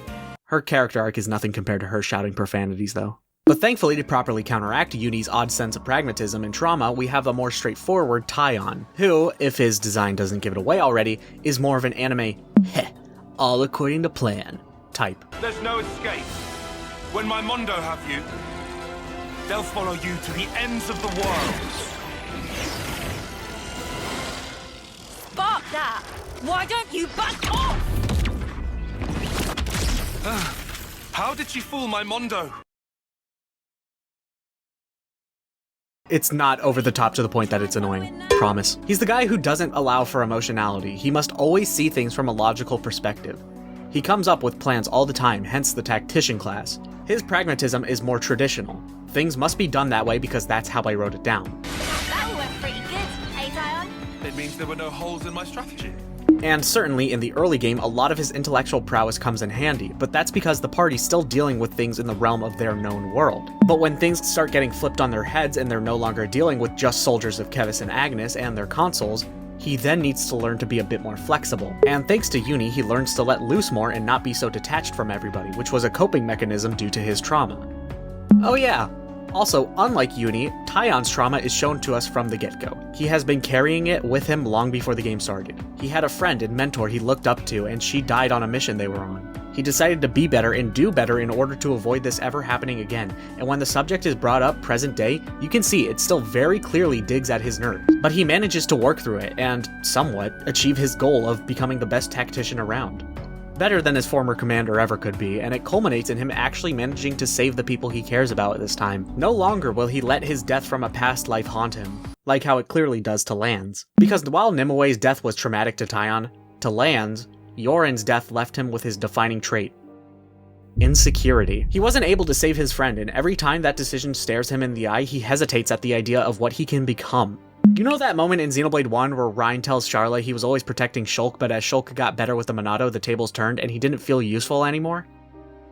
Well, imagine that for Lanz, but instead of strength, it's emotional maturity. Lanz is the big dumb brute archetype and he owns it. He knows exactly what he is. He was a soldier and happy being one. But then he's forced out of that position and it leaves him purposeless as he just follows everyone else's lead, which makes him feel like he isn't really pulling his own. Then it's revealed that Yoren, a death he couldn't get over, ended up becoming Mobius. It frustrates him beyond belief, and him being the only one to be pissed at this makes him feel isolated and outcast from the group. He hates not knowing what to do with his life now that his purpose as a soldier brute was taken away from him. And he has these emotions that he's never really had to deal with before, and he gets overwhelmed at his inability to properly express these emotions, often leading to him coming off as moody when in reality he's just frustrated at himself for not knowing how to be vulnerable. His inability to be mature then affects his confidence, and he feels he isn't doing nearly as much as everyone else, and honestly, it fucking gets to you. I mean him. It gets to him. I'm not insecure. It also doesn't help that he's the butt of the joke a lot of times amongst the party, because there's a time where he says, you know what, fuck you, I'm trying to be honest here. And the party's like, damn. And it's fucking rad. What other game do you know actually pulls something like that? My goat goes deep and that goes hard. What can I say? He wishes he could move on from his problems, but he just can't muster up the courage to. It is only through supporting Senna through her problems that he reflects on what he can do and learns to let go of past grudges. And he learns that while he may not know what path to choose with his life, at least he has the ability to choose, unlike the soldiers still bound to the flame clock. He's hesitant at first, but is ultimately glad to have chosen to be friends with these ragtag Agnians, including his new workout buddy. Which finally brings us to the girl with the gall. And the worst pain noise in any video game ever. I'm sorry. I forgot she does that. Senna, whose insecurity is a simple one. Am I pulling my own weight? Will people accept the real me? When she's introduced, she's shown to be more of a meathead than Lance, because at least he had conflict joining the party. She seems overly bubbly and ready to be the muscle. With you around, Senna. I'm the girl with the gall. But later on, we learn that this is just simply an act. She's putting on a brave face to hide the fact that she never felt she belonged, how she was always the odd one out, and that she can't contribute as much as the others. It digs at her and she copes with this by trying to make as many friends as possible, but as a soldier, that's obviously impossible, and it upsets her deeply. But, thanks to Lance revealing the truth, that the act she put on has made her pull some more weight, that people do care for her and value her input, big hammer or not. Because they know she cares for them. It's okay to put on a tough act because one day it'll stop being an act, and it's okay to be weak because that means there's room to grow. Fake it till you make it, I guess. They bond over their insecurity and personas and open up to each other, showing each other their real selves, thus showing the party their real selves. She just needed someone to open up to, and she found it in Lance. Sucks that major chunks of her character arc are tied to Shania, though. Which brings me to the one big downside to this entire game. What I feel is the worst part of this game. It is, without a doubt, the villains. I was fascinated, even beguiled by you. My name is Zed. Who? Go figure, the game with the best party has the worst villains. What made Xenoblade 1's villains so brilliant is that they start off as this alien force with no apparent conscience, just cold mechanical malice. But as the story unfolds, you realize they're every bit as human as you are. And despite everything, one of the strongest points of Xenoblade 2 is how solid Malos and Jin are as villains. Unlike the Mechon, these two start off extremely human, and as we're drip-fed their stories and motivations, you come to realize that they aren't evil for the sake of it, but the nature of this world made them so. Their personal relationship with Rex and Pyra also goes a long way to show their humility.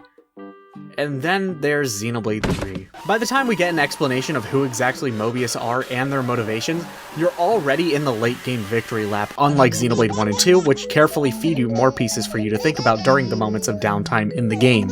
And while yes, head honchos like Mobius DJ did fuck with the party at the start of the game, it still didn't disturb their peaceful life on the same level Metalface and Jin did for Shulk and Rex, since the party was already at war, which I feel like weakens the personal connection from the villains to the main party. En's kinda cool, but the more you learn about him, the more pathetic he comes across as, and yeah, I get that's the point, and I really like how while Noah looks to the future, En is stuck in the past, but it doesn't change that whenever he starts talking near the end of the game, it's just lame. Mio!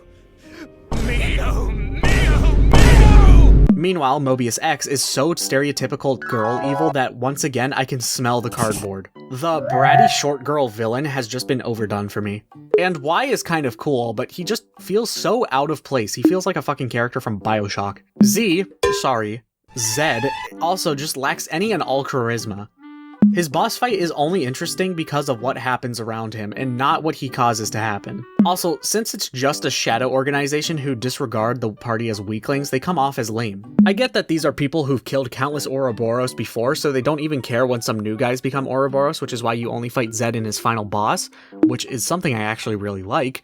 But one, I feel that information isn't conveyed well, so the layman will probably think that these guys are just overcompetent, incompetent douchebags. And two, when some of them get fooled by simple shit and talk like this... It's you lot! Wait, is this a trap? Sorry about that, mate. Turns out you had a bit of a brain fart. Nice one. Impossible! Could I really have been fooled by these peons? Ridiculous! Not a chance! This just isn't happening! Can you blame them? You can't make them intimidating and a joke at the same time. You've gotta pick one. I get that it would be pretty hard to make the villains of this game more personal given the nature of the plot, but Mobius is just not it. But go figure, the most dull villains of the series are the ones who probably commit the most heinous actions of the bunch. I don't know, but I'd rather just die than be sentenced to a constant cycle of reincarnating into a decade of war. At least for Link, his journeys normally last like a month or so. So many Mobius are delegated to side quest and being villains of the week that it makes the ones that actually do matter seem weaker in comparison. This is especially apparent when the Mobius you encounter in Hero Quest start talking because holy god, I can smell the cardboard they're made out of from here. When they actually decide to be taken seriously, they do some of the most fucked up shit of any video game villain ever. And then there are ones that talk like this. And I will enjoy yours before the day is through. That's why I am Mobius. Despite that, I love how their existence as a whole is in direct opposition to the party and game's main themes. They all view life as insignificant and inconsequential. But again, because so many of your encounters with the Mobius are going to be cartoonishly pathetic people in side quests, it makes the rest seem lame.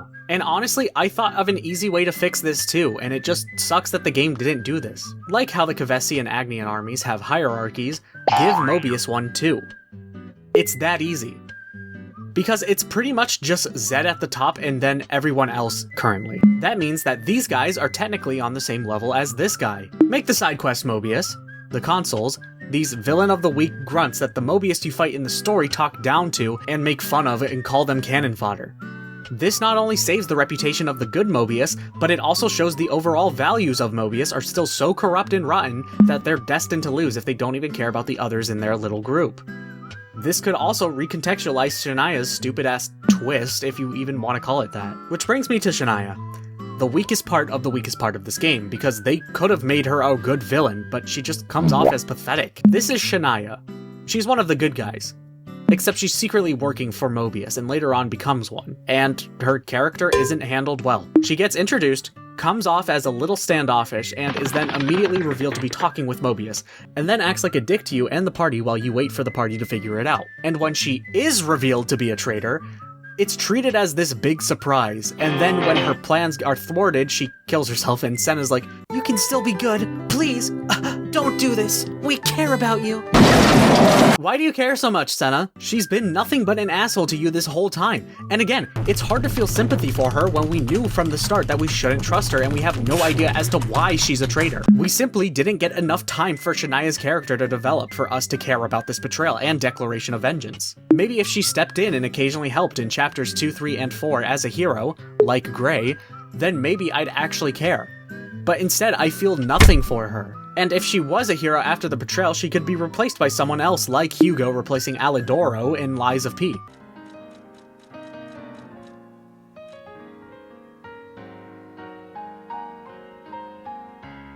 You look lonely. I can fix that. Because as it is, it's only after she's reborn as a Mobius do we see as to why she'd even join them in the first place. This happens in an optional side quest. Okay. Side tangent. At the end of the game, you're forced to do these two side quests called Side Story Mio and Side Story Noah, and they're really good and serve as thematic conclusions to their personal arcs. But the side stories for the rest of the party are completely optional, and they really shouldn't be, because if you fail to do them before finishing the game, which is what I did on my first playthrough because I didn't even know they existed, you'll think these 4 got incomplete arcs, which sucks because these are all genuinely great quests. It also makes no sense that there's an endgame MacGuffin hunt, but the other side stories aren't integrated into the sequence. Absolutely baffling. At least it's not super long and nowhere near as offensive as Wind Waker's Triforce hunt or Metroid Prime's Artifact hunt, or the huge materia in FF7. Anyway, back on track, Senna's side story is more dominated by Shania than it is Senna, and again, why does Senna care? Shania has been nothing but a complete bitch to the party and is then revealed to be a traitor. She was totally fine wiping out the entire city filled with humans who just want to live normal lives. She had no qualms with that. I feel people do not focus on that enough. Ooh, kill him! Ooh, kill him! This is just Persona 5 with the whole Akechi thing, but even worse because the rest of the game is good. And again, there's potential to make this cool if you actually just kept it a secret and made her character a bit more nuanced than this meme. Funnily enough, when we first meet her, we're told to follow her, and as we do, the party's talking to Monica. But Shania keeps leading you in the way of enemies, so the conversation keeps getting cut off.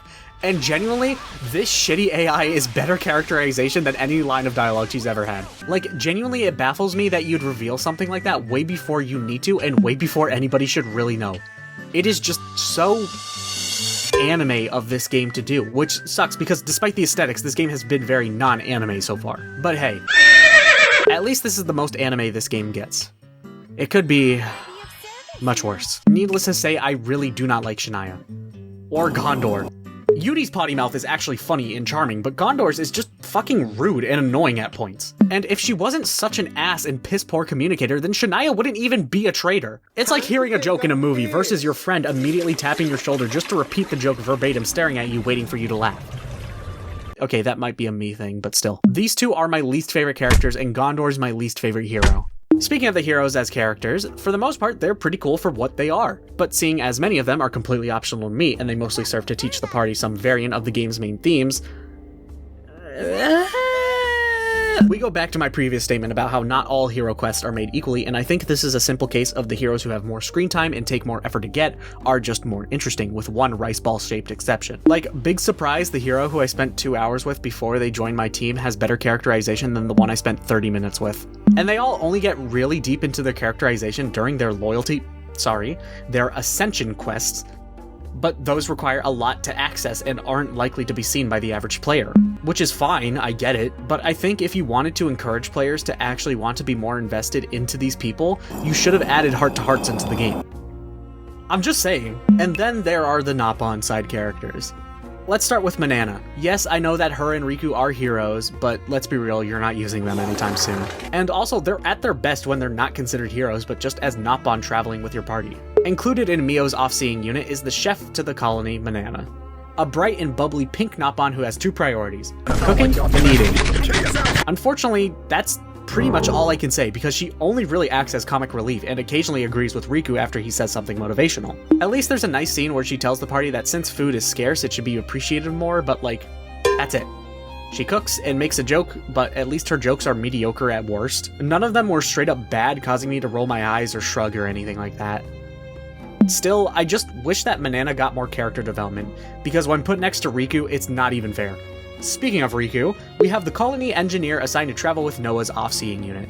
What a fucking enigma this guy is. It all started the moment we hear his voice, because I just got to sleep and everything. Friend's fault for staying up late. That motherfucker back there is not real! That voice just does not match with that body. Friend's fault for staying up late. Huh? And whose fault was it I couldn't sleep?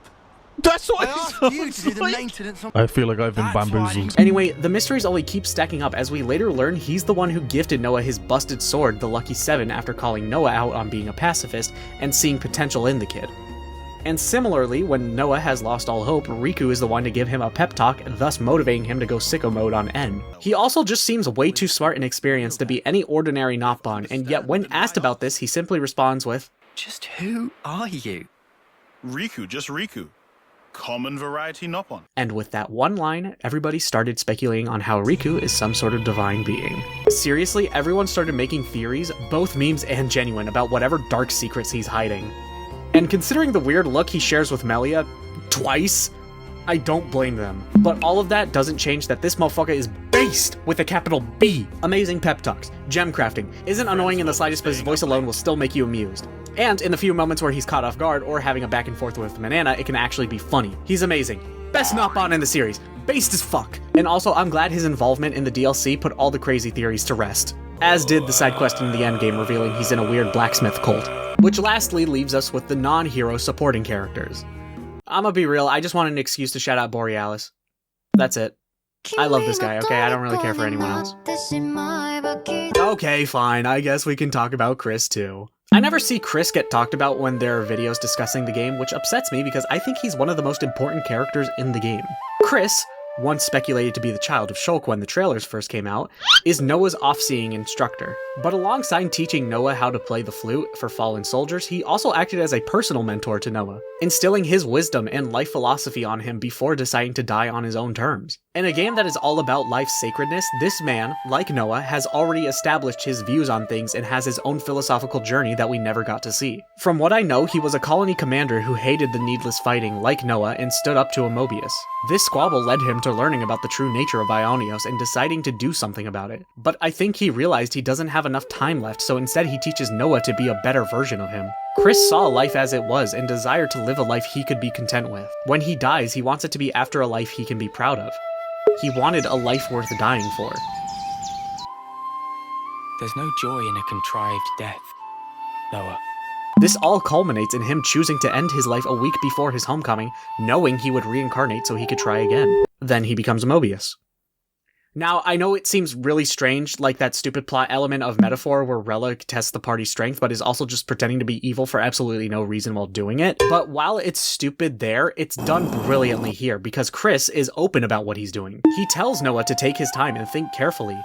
Upon meeting him face to face, he challenges the party's convictions to see if they're truly willing to rid the world of Mobius, thus changing the very nature of the world. Consequences and mass panic be damned.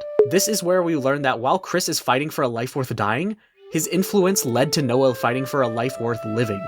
It all culminates in the most wonderful, bittersweet scene of the game. To be honest, after beating the game for the first time, I was really hoping the DLC would be about Chris and his backstory were it to be a prequel. Granted, I'm a fucking idiot for not realizing it would obviously be about the founding Ouroboros, but still, that just goes to show how badly I wanted to see more interactions between Chris and Noah. And just Chris in general. All to see how this one man's influence caused the changing of the world, showing that it's all one big generational effort, which honestly isn't far off from what we actually got with the DLC, and its theme of legacy. And that finally leaves us with those juicy story themes. When you write, your words must go like this. Bim, bim, bim, bim, bim, bim, bim, bim, bim. Each line must be full of a delicious little juice. They must make you like to turn a page. No good story is without themes in my opinion, and thankfully Xenoblade is chock full of them. The first game's main theme was the idea of fate versus free will, with a dash of an identity crisis and the cycle of revenge splashed in. A lot of people say 2 is a simple boy meets girl story, but to me I see the themes of hope and idealism versus reality, and whether great power is a blessing or a curse. As well as pontificating on the cycle of life and death. And, of course, the series as a whole has a central theme about flawed gods and manufactured worlds, and trying to make a better future for everybody. So, of course, 3 carries on with those themes by centralizing around the idea that life is precious, as I've said many times before. But it also carries the idea of the cycle of war and how unity can break it, as well as the idea of legacy. I've brought up the theme of life's importance a shit ton already, so I won't repeat myself, and instead I'll talk about the other 2 themes in this section. Let's start with the cycle of war and how unity breaks such a thing. From the get-go, the game shows you a messy war battle and says that things have been like this for so long that nobody remembers a time where there wasn't a war. Then Noah straight up says that they fight to live and live to fight. Subtlety is for cowards. They straight up tell you that this is a world trapped in a cycle of war. Hell, the game world is essentially one big loop. They do not hide the themes of this game. Then they go and make the main villain's logo an infinity symbol, something that's never-ending, and are called Mobius, like a Mobius strip, which is a loop with no right way to navigate. Then the good guys are given the title and symbol of the Ouroboros, a snake eating its own tail, which is representative of a lot, actually, but in this specific case, I think the game wants it to represent, obviously, the end of a cycle as well as unity and transformation, things that the Ouroboros can represent. These people transform from being obedient soldiers to free-thinking individuals, and they unify the war-torn world against those who are actually controlling everything. So, of course, it makes sense that to end the war and fix the world, they must exit the loop and journey to the center of the world and the core of the matter, to the origin of this world and its problems. This certainly isn't the first story to have 2 sides of a conflict unified to defeat the ones actually in control, but the game takes the time to immerse you in the world so that you actually get super invested in the idea of convincing everyone that, yeah, the world sucks. Let's change that. The world is bad. Huh, I never thought of it like that. Hell, out of context, Noah saying that is Final Fantasy X Titus laugh levels of funny, but with the context, you go, hell yeah, let's put an end to that together, man. Through mutual respect and understanding, you can unify and stop the enemy from killing you. And we can do this to leave the future generation with a positive influence. He's my goat, which brings me to the meta-narrative and theme of legacy. As, what is likely, the last Xenoblade game before monolithsoft makes a new Xeno series. I mean, I'm still kind of right. It doesn't have Chronicles at the end of it. It doesn't have a number next to it. So, like, the main trilogy is done for. That whole saga is done for. It's time for something new. I'm kind of right still. This game has this idea of the older folk being let go and passing on the torch to the younger folk for them to build a brighter future. As if the idea of combining Xenoblade 1 and 2's world to lead to this grand narrative and an end to the overarching grand narrative isn't evidence enough already, the final boss is also a manifestation of the fear of moving on and changing. We all wish we could be a child forever. We all wish we can stay in our comfy life that we're used to. But eventually change will come and you'll be forced to either sink or swim. This idea is a very real fear that many people share, myself included. Growing up is scary, you know, but this fear can cause a complete and total stagnation. With no progress and everything on pause, everything loses its value. Life would just become a toy. Old-timers are afraid to admit that their time has passed. Hell, just look at how many people past the age of 65 still run our world. America is a nation that can be defined in a single word. I was going to They're setting a bad example by not inspiring and teaching those who come after them to do better, or be better, but instead they cling to their control desperately, all for a quick buck.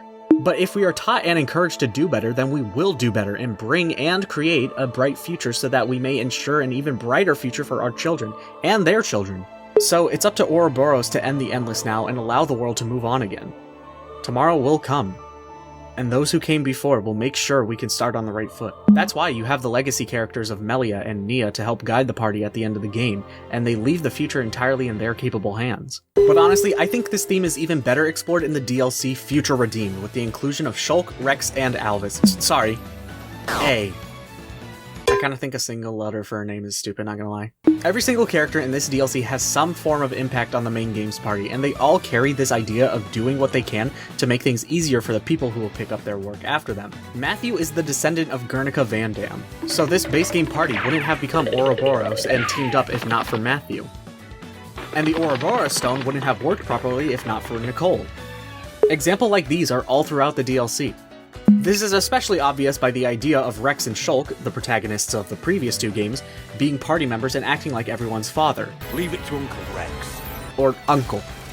What I'm trying to say is that they teach the other party members what they need to know, but let them act on their own, as the future is theirs to decide. Or at least it should be, if not for Mobius. This all culminates into this iconic line from Matthew at the very end of the DLC. If I can't, someone else will, down the line. Who knows? Maybe it'll even be you. This is all proven correct by the fact that Noah, the playable Noah, is an Offseer. The song him and Mio play when sending off souls is titled A Life Sent On, and I think it perfectly describes what is being done every time you hear the song. You are honoring the dead and promising to carry on their memories, sending their lives further even after their death with their legacy. The line also perfectly tail-ends the legacy of the other two games by properly showing how the cycle of base game affects those from the first two games, as well as giving commentary on how older games try to keep their prestige going by never giving room to new potential. It also gives a nice conclusion to the parties of the first two games and to their protagonists as they pass it on to Matthew and co, for Matthew to pass on to Nicole and Glimmer, and the line goes on until it eventually gets passed to Noah and Mio. There's a lot more I want to say about the DLC, but this video is getting super long already, so I'll make a video similar to the one I did for the first game last year regarding the DLC, so be on the lookout for that sometime soon. Anyway, monolithsoft got this theme on lockdown when it came to both this game and its DLC. So much so that it all ends in paying homage to Xenosaga. I mean, and so much so that even the voice cast reflects on the idea of leaving things to the younger generation. I say this because the majority of the voice cast for this game is chock full with relatively new talent and people with little voice acting work behind them. And yet all of them knock it out of the park.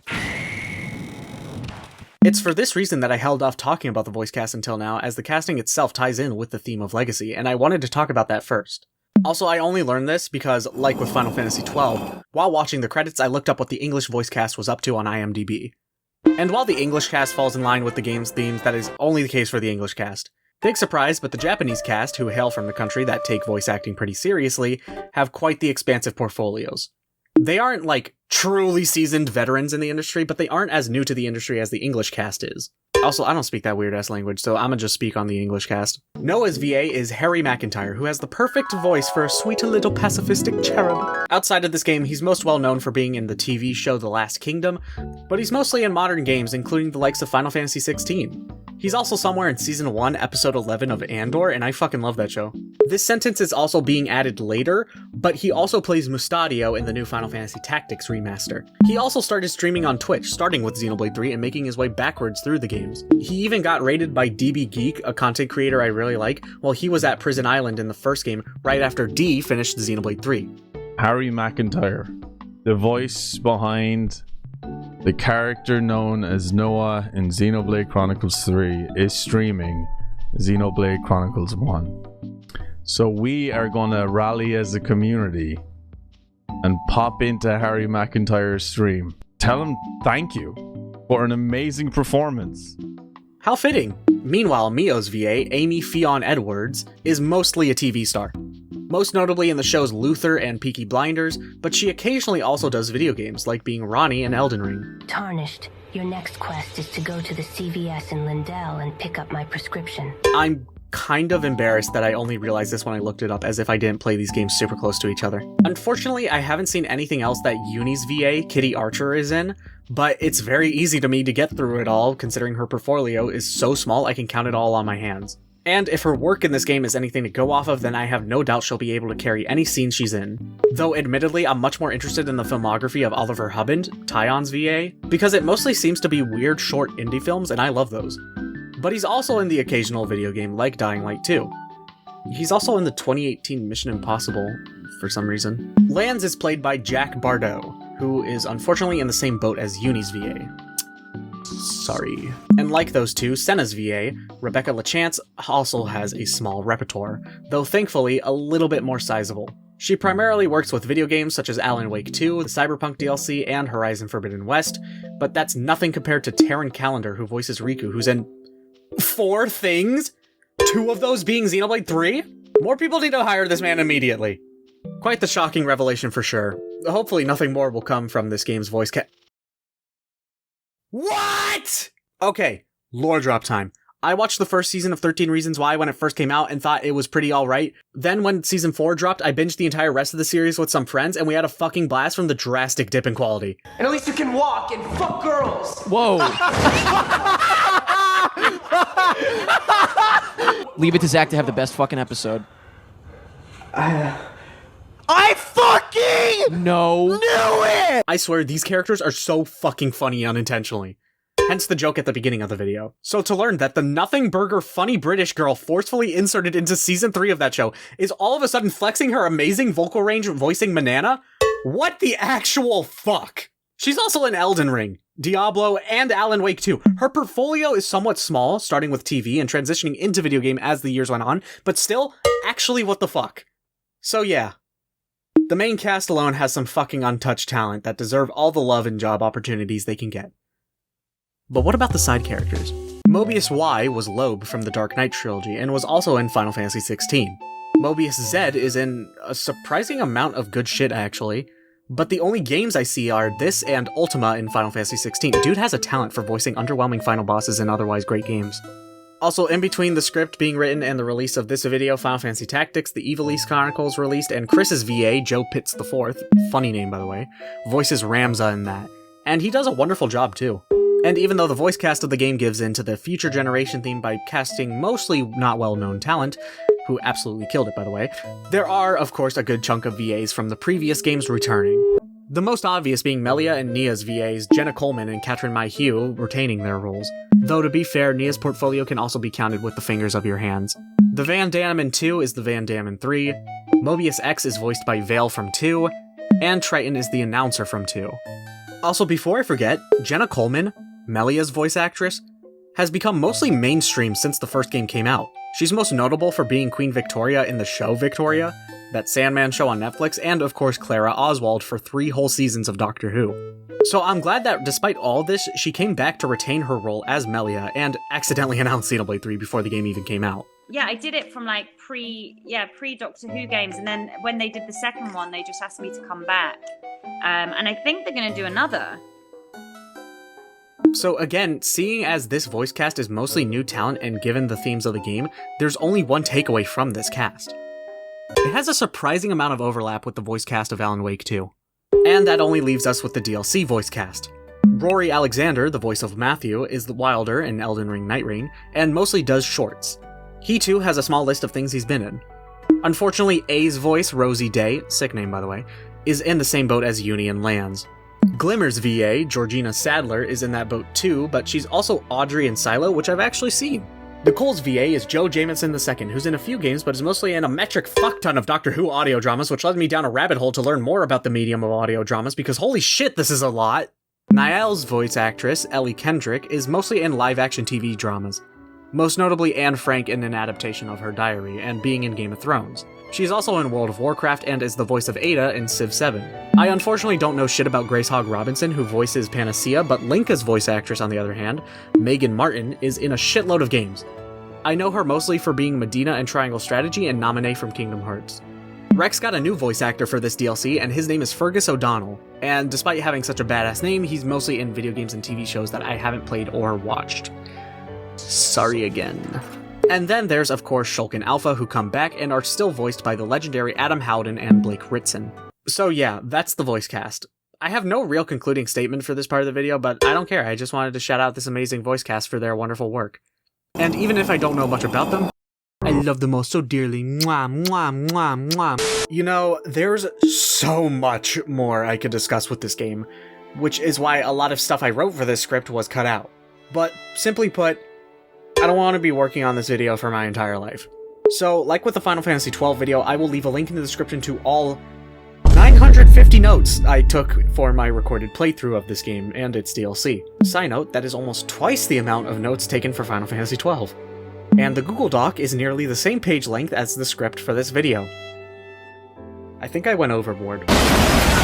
And also, as a reminder, I will soon be releasing a standalone video for this game's DLC, Future Redeemed, so be on the lookout for that in a week or two. And lastly, I know it's cliche, but I put a lot of time and effort into this video, so if you've enjoyed it, please, please, please drop a like and a comment and subscribe to my channel and all of that. It's free and takes no time at all, and you can always unsubscribe from me if you want to. But if you did end up subscribing, it would mean the world to me, so please? Okay, now to conclude this lengthy-ass video. So, going back to the original purpose I made this with, to finally solidify my thoughts on this game and to see if I'm capable of accepting it as my new favorite game, which would thus displace the first Xenoblade game, and also to low-key redeem myself for the 2021 Xenoblade video. So, going off what I said in the video about Definitive Edition last year, let's stack up the categories.